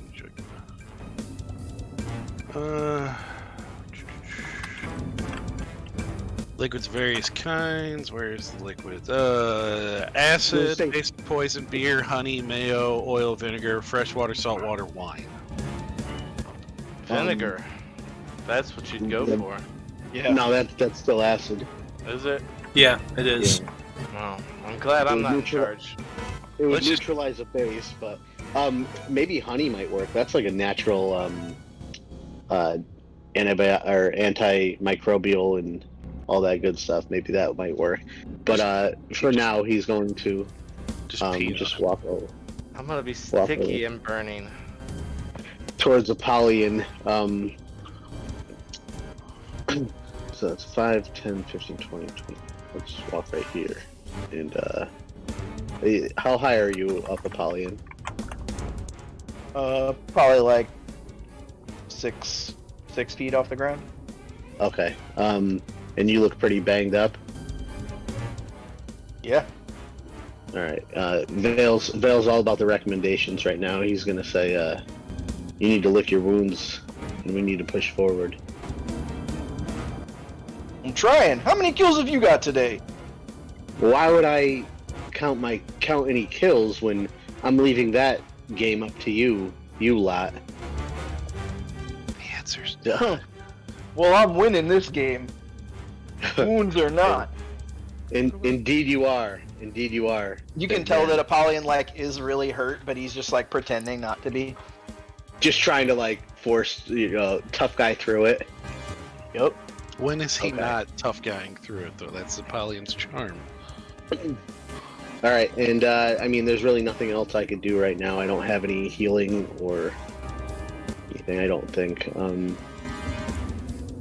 me just take a quick look at my inventory. Yeah, I don't have anything I can give you. Okay. That's it for Veil's turn. We have Alnad next, who's seeing a burning or scorching, whatever you want to call it, Liam down in front of him. You look pretty fucked up. Yeah, unfortunately, he doesn't have a lot of spells here. He doesn't see anybody he can attack. He's at least going to kneel down and place a hand on you, Liam, to cast Cure Wounds at 2nd level. Okay. Ignore that first 6. I forgot to take off Hunter's Mark. So 15 points of healing.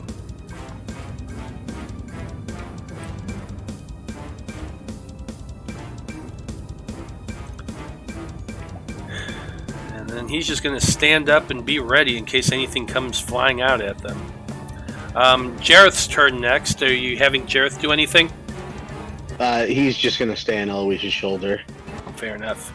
He sees Veil did not blink out of existence, so he sees him there. He knows he's close. He is he knows he's there, so he's gonna stick with Eloise for now. Okay. Apollyon, you're up next, and you got Veil standing right next to you for some reason after poofing back into existence. What are you doing?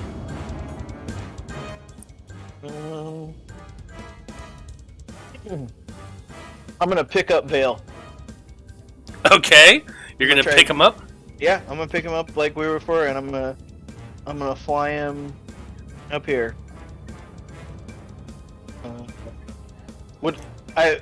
I was carrying him before, and I was just moving at my normal movement speed, right? That's under the assumption that you're moving. You're doing double your speed. This wasn't a combat situation. Now, in combat situations, whenever you're picking somebody up and carrying them, you are technically moving at half your speed. Okay, let's do it. If you want to do it, Veil. Yeah, I'm not refusing. I'm not resisting. I'm climbing right up on. Yeah, I just put my hand down like a little step. Just like, come on. I put Climb my aboard. foot in like a stirrup. Yep. Alright, Okay. so I'm gonna fly us just straight north, 20 feet, into the darkness. Into the darkness, past the radiant light that's being held by Eloise. Yep. Into the void. Okay, you are now in the darkness. You can't see shit. Yeah, for now. But so Apollyon knows where he's because of his labyrinth thing. He knows exactly the layout of where he's gone so far. Correct? Where Even he's- though it's darkness. More or less, yes. I know the cave goes that way, and it's not Yeah, like a brick wall. and you know that Yeah. right now where you're flying. I think actually I don't remember if there is. So let me look. So technically, where you're flying, there is a ledge there, just barely. So you would know that because you had been in that area before the thing went dark. So you know a little bit about what's underneath your feet too. Yep. You just Yeah, I can't remember see. that ledge was higher than us, so I'm flying Mhm. kind of in between that and the ground. Yeah, absolutely. And then I'll just know approximately where the bubble of darkness ends, because I got all the way outside of it, so I could kind of tell, okay, that's where it is, so now I'm going back through it the other way. Yeah, I'm process of envisioning this elimination. as like one smooth glide because a turn's only 6 seconds. So like we're in there for a second, and then next round we'll pop out. Exactly. Mhm. But it's also hiding us from anybody to target us, which is good. So a Okay. quick question: if he wanted to, can he? I don't know if he's doing an action. Could he double move since he's only moving at half speed? Yeah, you've got your full movement in action, so you could dash too if you want to. Okay, yeah, I'll just do that then. Okay, I kind of assumed like picking him up was an action, maybe. No, like if you're working together, picking him up isn't really an action. It's just like you're lifting him up and then going. Okay. Well, then we can get all the way to there. Okay.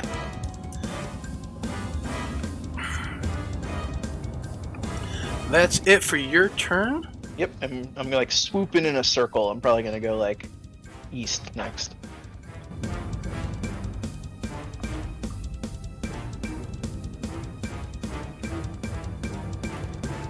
Okay. Okay, Liam, you're up next. You are on the ground, you're coated in the sticky acid, and it is burning you. What are you doing? I guess I'm taking off my my whatever like we were given as like shirts or anything. I'll take the shirt part off and try and start matting this stuff off of me, I guess. It's adorable that you think that your clothes are still on your body. Well, okay. Yeah, that's the first to go when you're deeply submerged in acid.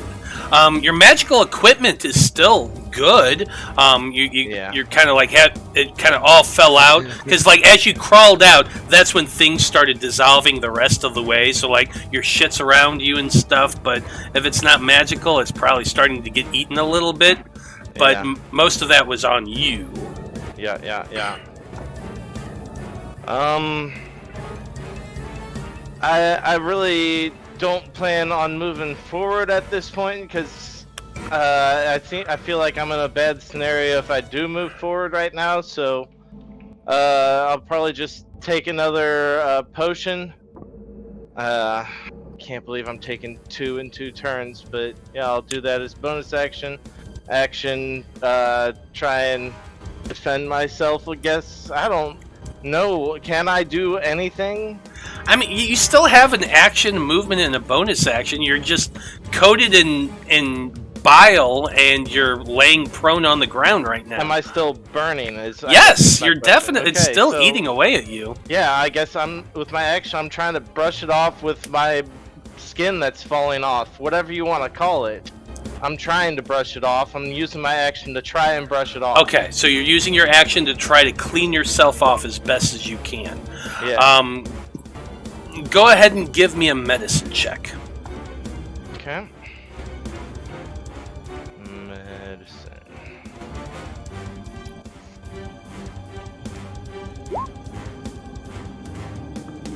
It's not bad. 13. Okay, you're trying to clean yourself off as best as you can. It's difficult because this stuff like clings to your body. It wants to adhere. It wants to burn you, but to dissolve you and digest you. So unfortunately, a 13 is not enough to clear yourself off. You do take your health potion. Do you want to stand up or do you want to remain lying on the ground? I mean, it's only 5 feet to stand up. I'll stay seated right now. I'm in a lot of pain. Fair enough. Well, at the end of your turn, the acid continues to burn away into you. You're going to take a total of 13 more points of acid damage. Okay, 13 puts me down to that.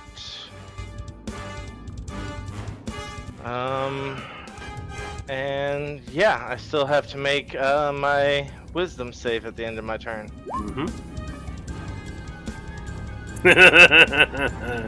I still saved. The DC is 8. Nice. It's a very simple DC. Okay. Well, fortunately, Liam trying to clean himself off didn't do a whole lot of. With that, took some healing, took some more burning. He's not looking the greatest in the world. But that's it for his turn. Next off, we got this Drow Mage here. Gonna move 5, 10, 15 feet to them. They know the basic layout of this place. They've been through it plenty of times. So I'm gonna say that mage grabs the priestess and casts Dimension Door. And they're gonna disappear out of existence.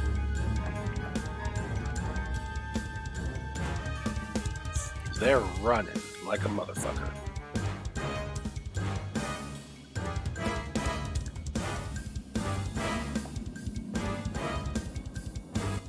Bless you. Bless you. Thank you.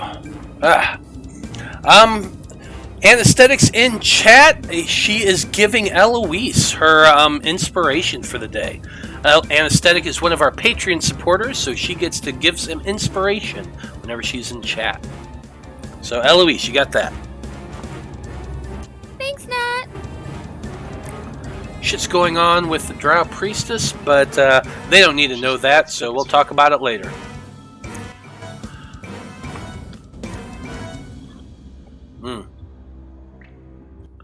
Okay.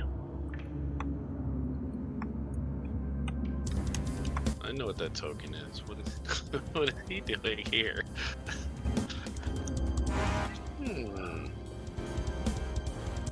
You know nothing.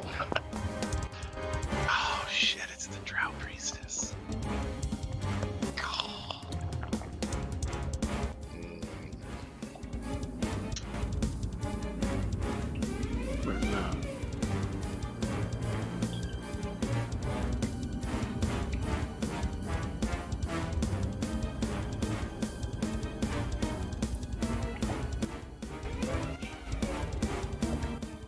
Matt saying anything? I can't hear anything. He might be talking to chat. I'm not saying anything right now. I was trying to decide what I'm okay. doing with this guy. So I was gonna say something during that Sorry. medicine check earlier, but it's all good now. Sorry about that. Well, you said to type next, and I did that. And I know, and then I got caught up on something and I forgot to go back, so that's my bad. it's all good. It wasn't that important. I was just trying to argue for Liam to get advantage on that check. Oh, okay. It's okay.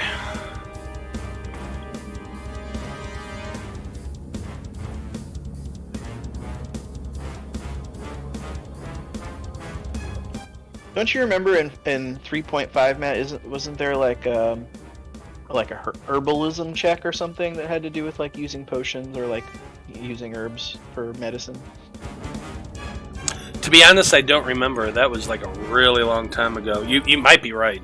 Yeah, I mean, like I haven't actually played it in a long time, but I thought I remember that there was a little more nuance to like using potions and stuff like that. Could very well be. It would be cool, you know, like, I don't know, maybe like if you crit, the potion heals you for twice as much or something. I don't know, like. There's some interesting stuff along those lines in Pathfinder I've been learning about recently. Yeah. Yeah, we should play Pathfinder. I think that might make more sense for like during potion creation, not so much like potion drinking. Yeah, that makes sense definitely for like crafting kind of purposes. But I was thinking more like if you use the potion to like douse his body with it instead of just drinking it, it would heal him from the outside instead of the inside, and thus like reduce the acid. Like the weird chem fluids in the new Resident Evil games. You pour it on your Okay. hand. Well, for so the way acid works, you need either you need a base or you need something that can counteract the acidity. That's why like sodium bicarbonate works so well. Water, it dilutes, but it doesn't actually get rid of. So you kind of need either a base or you need something that can counteract the acid. But it is Eloise's turn. What are you gonna do? Well, I'm spending my turn using what I got to negate the acid. So basically what you're doing is you're pulling out herbs and you're like going through it and you're okay, I can use this, I can use this, I can use this. And like I imagine medicine kits and herbalist kits, like they have some things, but they don't have enough to coat an entire body. So you're using stuff from over this here. You're using stuff from over here. You're taking several applications to be able to coat his entire body with something to dissolve and get rid of this acid. It takes your full round, and it's taking up pretty much all of the, or at least not all of the supplies, but a good amount of your acid neutralizers to do this. If it was something like it was just a tiny little space, you wouldn't have to be using so much, but his entire body's coated.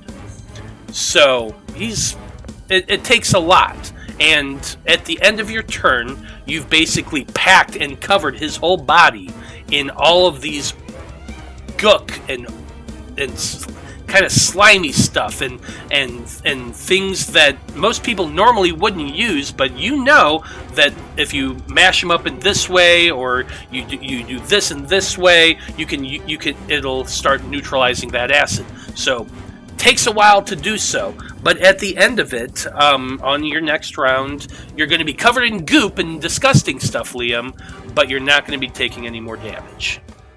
Oh, Miss Loroupa, you're a lifesaver.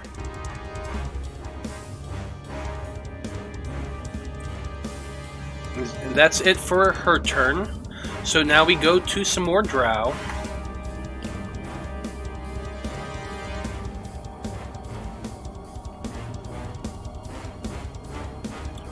Five, 10, 15, 20, 25, 30. 5, 10, 15, 20, 25, 30. That's that guy's turn.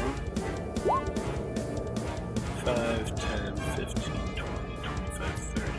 5, 10, 15, 20, 25, 30. Okay. Okay, we are at the top of the turn order. Blood. For half a second, you thought you saw a shadow of something go from one of those dark orbs to the other. But it was only for a brief moment that you were at an angle that you could see it. So he wasn't able to fire it off? Not really. Because, like, the angle that he's at, it wouldn't give him an actual view of it. I'm just kind of trying to flavor a little bit that he saw something move, giving him knowledge that something was in that area. Vision. Yeah, I mean, Yeah. It's like one shadow, like convalesced, and just kind of, yeah, I get what you're saying. Well, he'll kind of scoot around this little corner, so you want to... It's 32 acrobatics to you're over fine. that. He heard Veil shout out what he shouted, but he knows what Liam probably really wants, and so he's going to pull out one of those fancy bottles of whiskey out of his bag, and as he's going by, he's just holding out to hand it to Liam, because he knows that's what Liam's real power drink is. And so now he's got himself a fancy ass bottle of whiskey, and then he's just going to prop up back here. And I guess, yeah, there's too much. Although I could see that, but I guess it's just because of a weird angle I can see one of those guys, but I'm guessing all of that darkness is right in the way of him. I don't know why. I mean, yeah, I mean, I'd be seeing right you would through not it, yeah. unless he's up on a rise or anything like that. No, or? he's not actually. Okay. It actually kind of slopes downward at an angle just a little bit. Like, not a lot. I'm guessing but a it's little just bit. because that would be my normal vision, and then those Yes. bubbles are in the way. That's why Yes. I could see him. So Correct. maybe he caught a glimpse of him if he was running by with the bottle of whiskey, but he's not going to worry about that now. But yeah, he's just going to kind of sit back there, and he's going to prop up, and he's just going to have another shot ready to go. Okay. Veil, it is your turn now.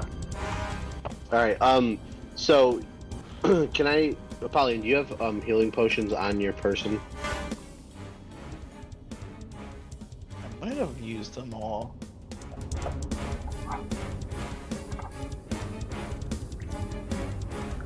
Yeah, no, I don't have any healing potions. Alright. I should have made Eloise do a medicine check. I just realized that. Just to Oh see no, the yes I do. effectiveness of it. I have one potion of lesser healing. Okay. I'm going to use my action to administer that down your gullet. Yeah, you can absolutely do that. Holding onto his back, you grab it off his belt and just shove it in his mouth like a baby bottle. Yeah, you gotta take care of the steed. Thank you. Arthur feeding his horse in Red Dead 2. You're just shoving something into his mouth. Oh, Eloise, give me a quick medicine check, because I forgot to have you do that when you're applying all that stuff to Liam.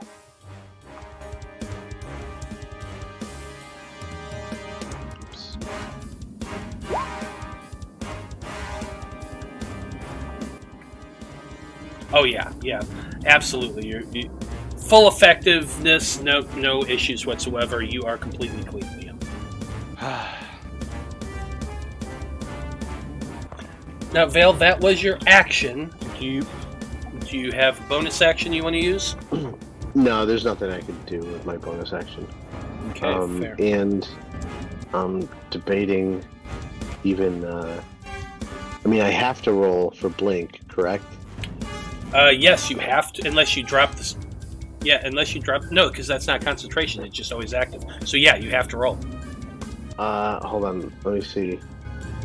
I wonder if I'm gonna just click it on here real quick just so I could read it. Yeah, double check to make sure there's no way you can just turn it off. You could dismiss this spell as an action, which I don't. But you just used your action, yeah. so yeah, it just automatically happens then. All right. Well, let's see. I didn't mean to roll 100. Whoa! 99. Wow. Dude, he came back into our All world. right. Good. All right. I am on Apollion's back still. Okay. I guess it wouldn't have mattered anyway because I could appear 10 feet, so I wasn't in risk of being in the acid. Way to roll all 9s, bro. That's 9. funny. Okay, it is Alnad's turn. He's gonna glance back at everyone. Now that Liam's not burning to death from the acid, and just covered in white goop and slime and all that stuff, he's gonna look around at. Still can't see his brother, but then he's gonna be like, Hey. "Oh, are we pursuing them? Are we gonna move? Gonna retreat? What are we doing here?"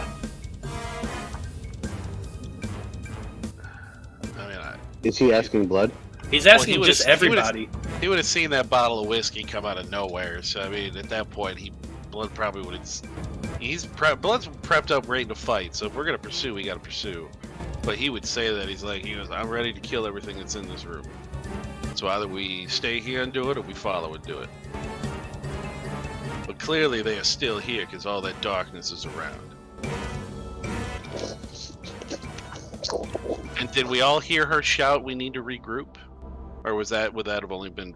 Well, if she said it in the language that blood wouldn't speak. Yeah, he wouldn't. So that know would have been anyway. only Vale, or Liam would have heard that. Wait, so what were you speaking with the original Drow we met? I thought you said something. He said in Elven, but he couldn't speak. No. Yeah. Yeah. Blood said something in Elven. He had no Just clue what was being assuming said that in they Drow. also spoke that. Oh, okay, all right. Okay. Well, then Alnad is going to get his bow out and ready himself. He's going to wait until everybody else is ready to pursue, but in the meantime, he's just readying an action. So that's his turn. I assume Jareth is just going to stay where he is for now? Yeah, he's gonna stay on Eloise's shoulder. Okay. Apollyon, it's your turn. Yeah, I'm gonna continue flying through the air. 10, 15, 20. That's 20 feet.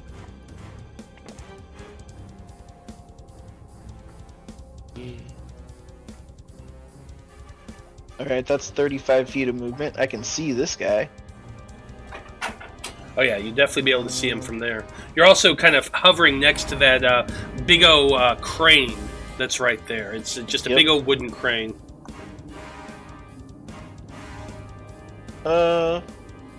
Actually, yeah, I'm gonna like land on it. That way if Vale wants to like get off, he can.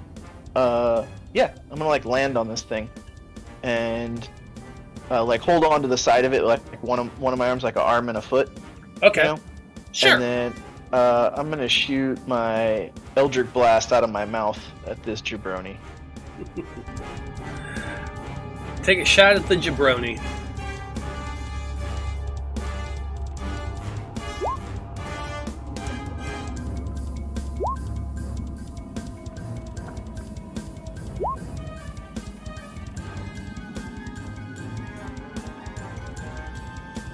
Wait, what? Oh, I clicked the wrong thing. A 20, a 12, and... Wow. Nat 1. Yeah, so only one of them hit. 20 hits, I see.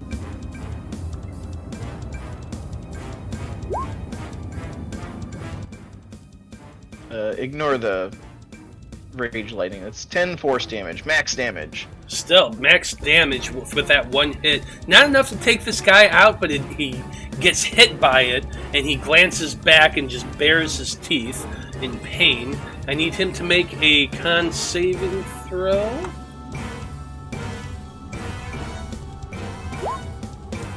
Which he fails, I think? It's half, yeah, because it's half the damage. Yeah. DC was 5. Nice. He fucking Half for 10. failed, so... Because I've moved these around a bunch of times, I don't remember which one he was Roll like a controlling. D6 and Do me, 1, 2, that's 3. literally what I was getting ready to say, Joe. Apollyon, roll me a D6. Okay. 1 and 2 is this one, 3 and 4 is this one, 5 and 6 is this one. 1 over here. Oh, that's the don't like best. No, that is actually the best outcome for your group. Because here's what happens. He gets hit. He stumbles back. He loses concentration on the spell. The moment that happens, darkness is gone.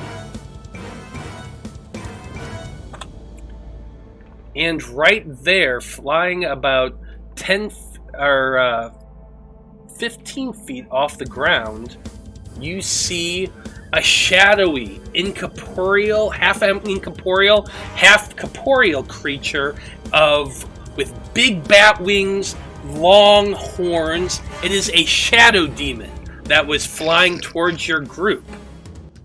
Guess who was holding their actions? Blood and Alnad. Alright.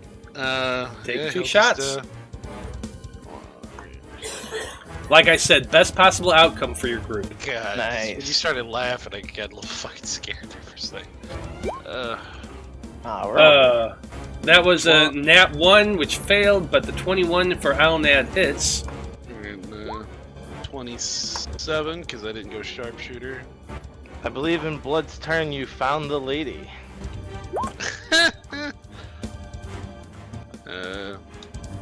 31 and 27. Yeah, they both hit.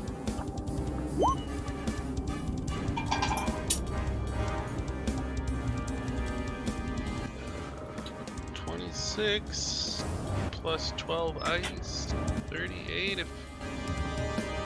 But hell with this. Well, I guess they are magical arrows. Well, I only see the first round's damage, and you roll. Oh yeah, I was just rolling that for because I don't know. I mean, I gotta unclick fucking sneak. Yep. You know.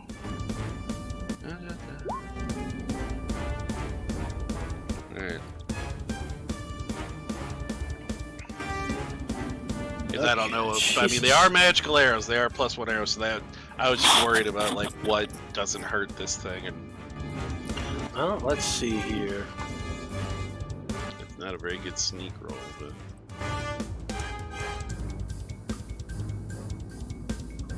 And your thing does ice damage.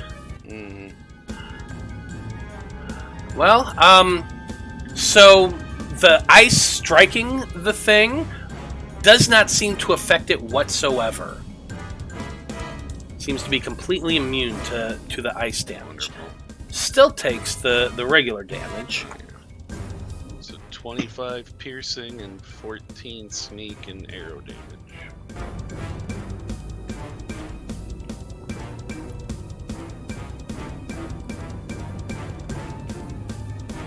Close, but no cigar, unfortunately.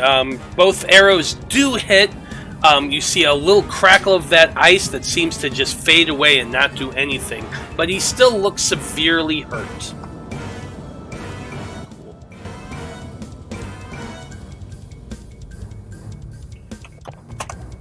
And Alnad. Oh, I already did Alnad. Oh, okay. Yeah, he rolled a 1, which was a miss, and a 21, which hit for 11 points of piercing I damage. see. My bad. No, all good. Okay, so Apollyon, it's still technically on your turn. You use your movement, your action. Do you have a bonus action you can do? No. Yeah, no, my only bonus action is to rage, and I don't Yeah. want to do that right now. Look handsome. Oh, yeah. Are you Shout out to still all my raging? fans. Or No, I because didn't. you. I didn't attack last turn when we moved. Oh, okay. Yeah. Okay, that's Next it for time, your tell me turn. to punch you.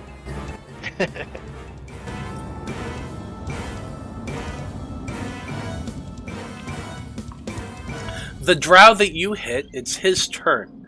He looks back at you, Apollyon, and you see him snarling in something. But then he's basically it's just a curse, Veil.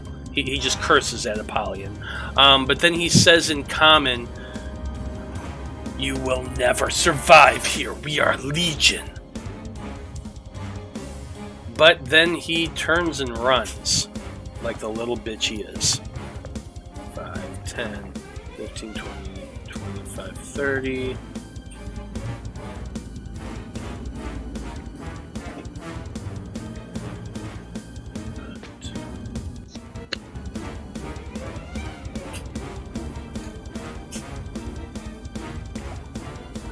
Okay.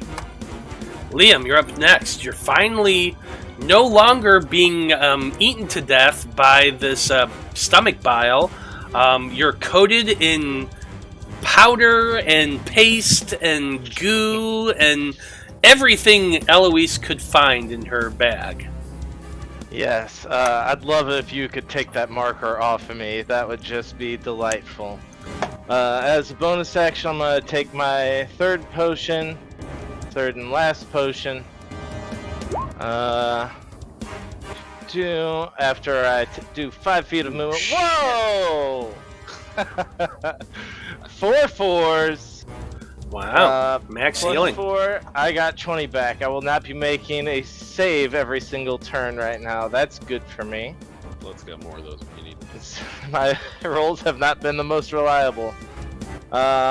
He's standing up now. He's going to knock a couple +2 arrows and shoot at this guy right here in the middle.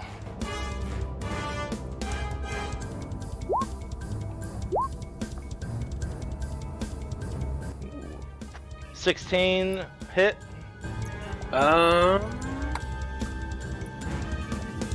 16 does hit. Excellent. 16 hits plus a crit hit. Nice. Alright, doing 26, 35 points of piercing damage. 35 points of piercing damage from that magical longbow. Well, the arrows are magical, not my No, bow. My bow's the- not special. That's a +2. Oh wait, I have a hex bow, that's right. You have the hex bow. It's still magical, and you're using your arrows, so it's Right. still magical damage. Yeah. Pierces into that critter, and he begins to dissipate. He dissolves, and the mist seems to drift away into the ethereal. He is gone. Yes, another kill count. Thanks for softening him up, Blood. Fuck you. That's what cherry picks feel like. Hey. You just enjoy that whiskey, right? I look around at the whiskey bottle and I have to set it down because I have no pockets or clothes to put the whiskey bottle in. And I took my turn doing the elixir instead, so the whiskey bottle, he just stay right there. Get you a magical beer helmet. Naked, paste-covered tiger, Liam. Oh, I just realized that I never rolled for my potion. Oh, yeah, go ahead and do that. 2d4 plus 2, right? Yep.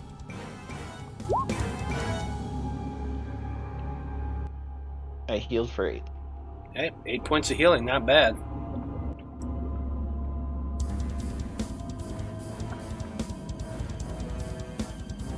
Oh, goodbye, potions.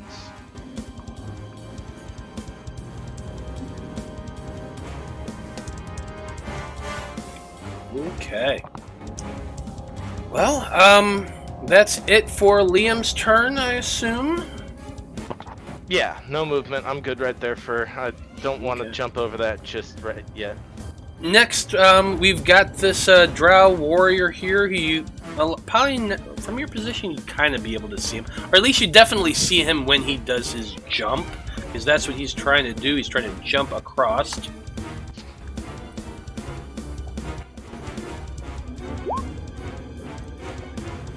$15 is enough. Kind of hop, skips, and jump. He's taking more movement. 5, 10, 15. I'm gonna make him do one more.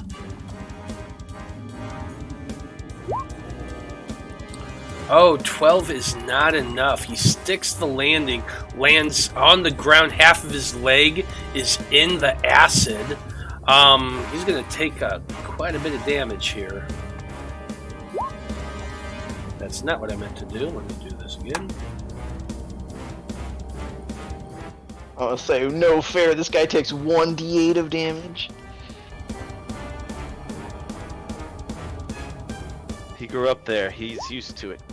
No, he's taking the full damage as well. It's just, he jumped, his leg slipped, it went into the acid, the ground beneath him started crumbling away, and he started falling, and as he did, you just hear this guttural scream as he slides backwards down into the acid. He is dead.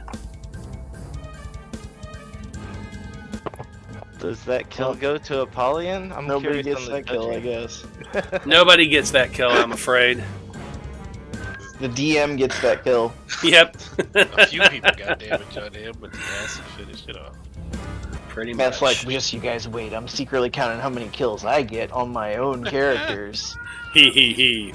Well, technically, all the kills are my kills, so. If he kills one of us, it's +5. Yeah, there you go. Eloise, it's your turn.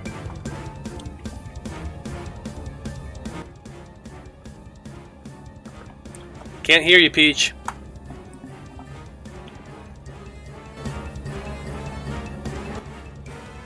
How about now? Yes, now we can hear you. Okay. It's so weird. I don't understand because I didn't. Anyways, doesn't matter. I am going to take off flying. And I think the flying boots, it's the same speed as my walking speed, right? Let me double check. It's 30 feet.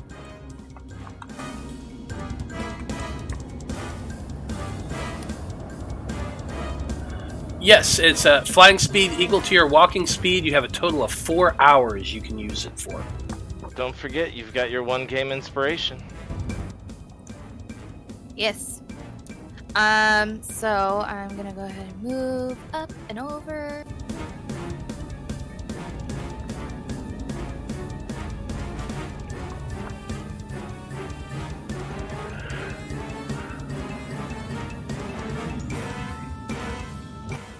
And then I'm gonna go ahead and use my action to move my moonbeam 60 feet.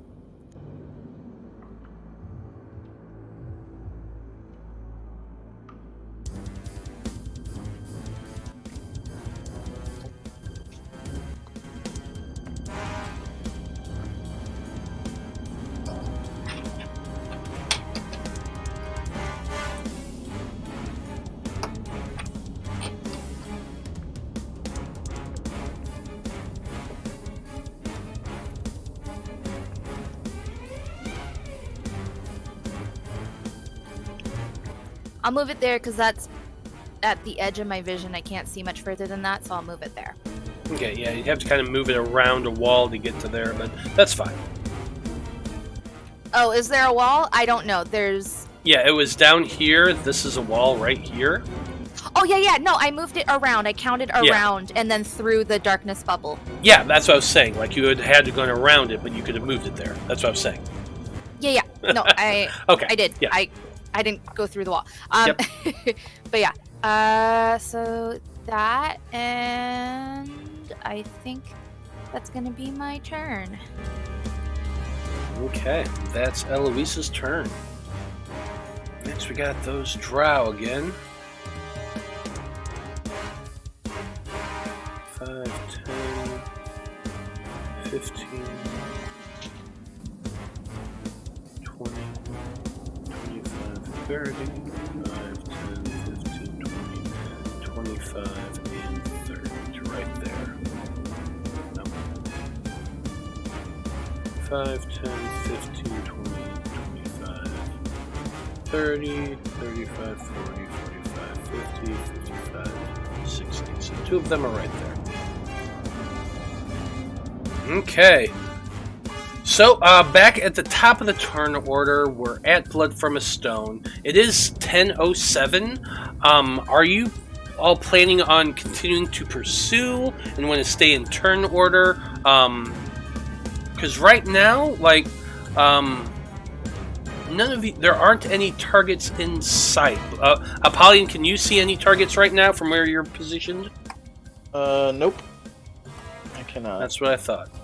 So I'm going to leave it up to you. If you want to continue in turn order and keep moving turn by turn to pursue, we can do that. And try to go another round to see if you can find these guys. If you want to regroup and pause for a moment, then we could stop turn order and kind of see what you're doing for that. What are you wanting to do? I mean, I always think we just need to kind of chill for a minute, regroup, and because if they're saying, we can't see anybody,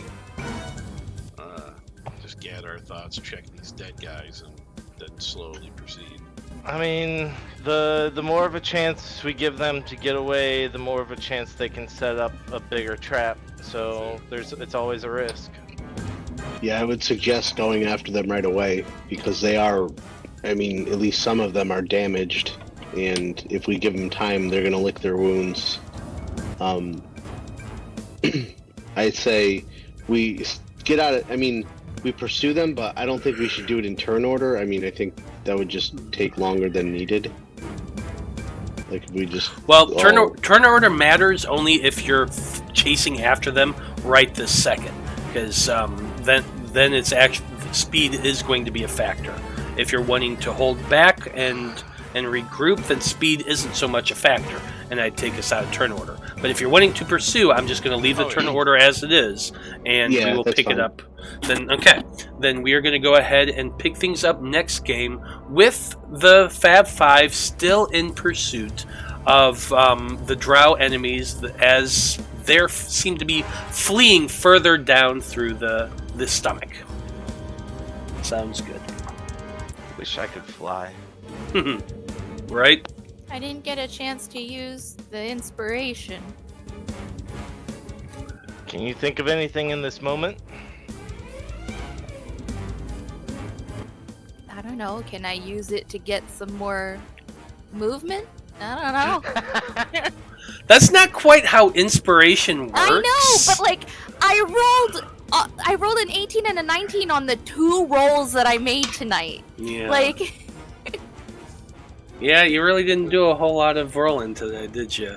No, and the one time my moonbeam, which I upcast, by the way, by a lot, I was going to hurt someone, that someone killed it before it got a chance.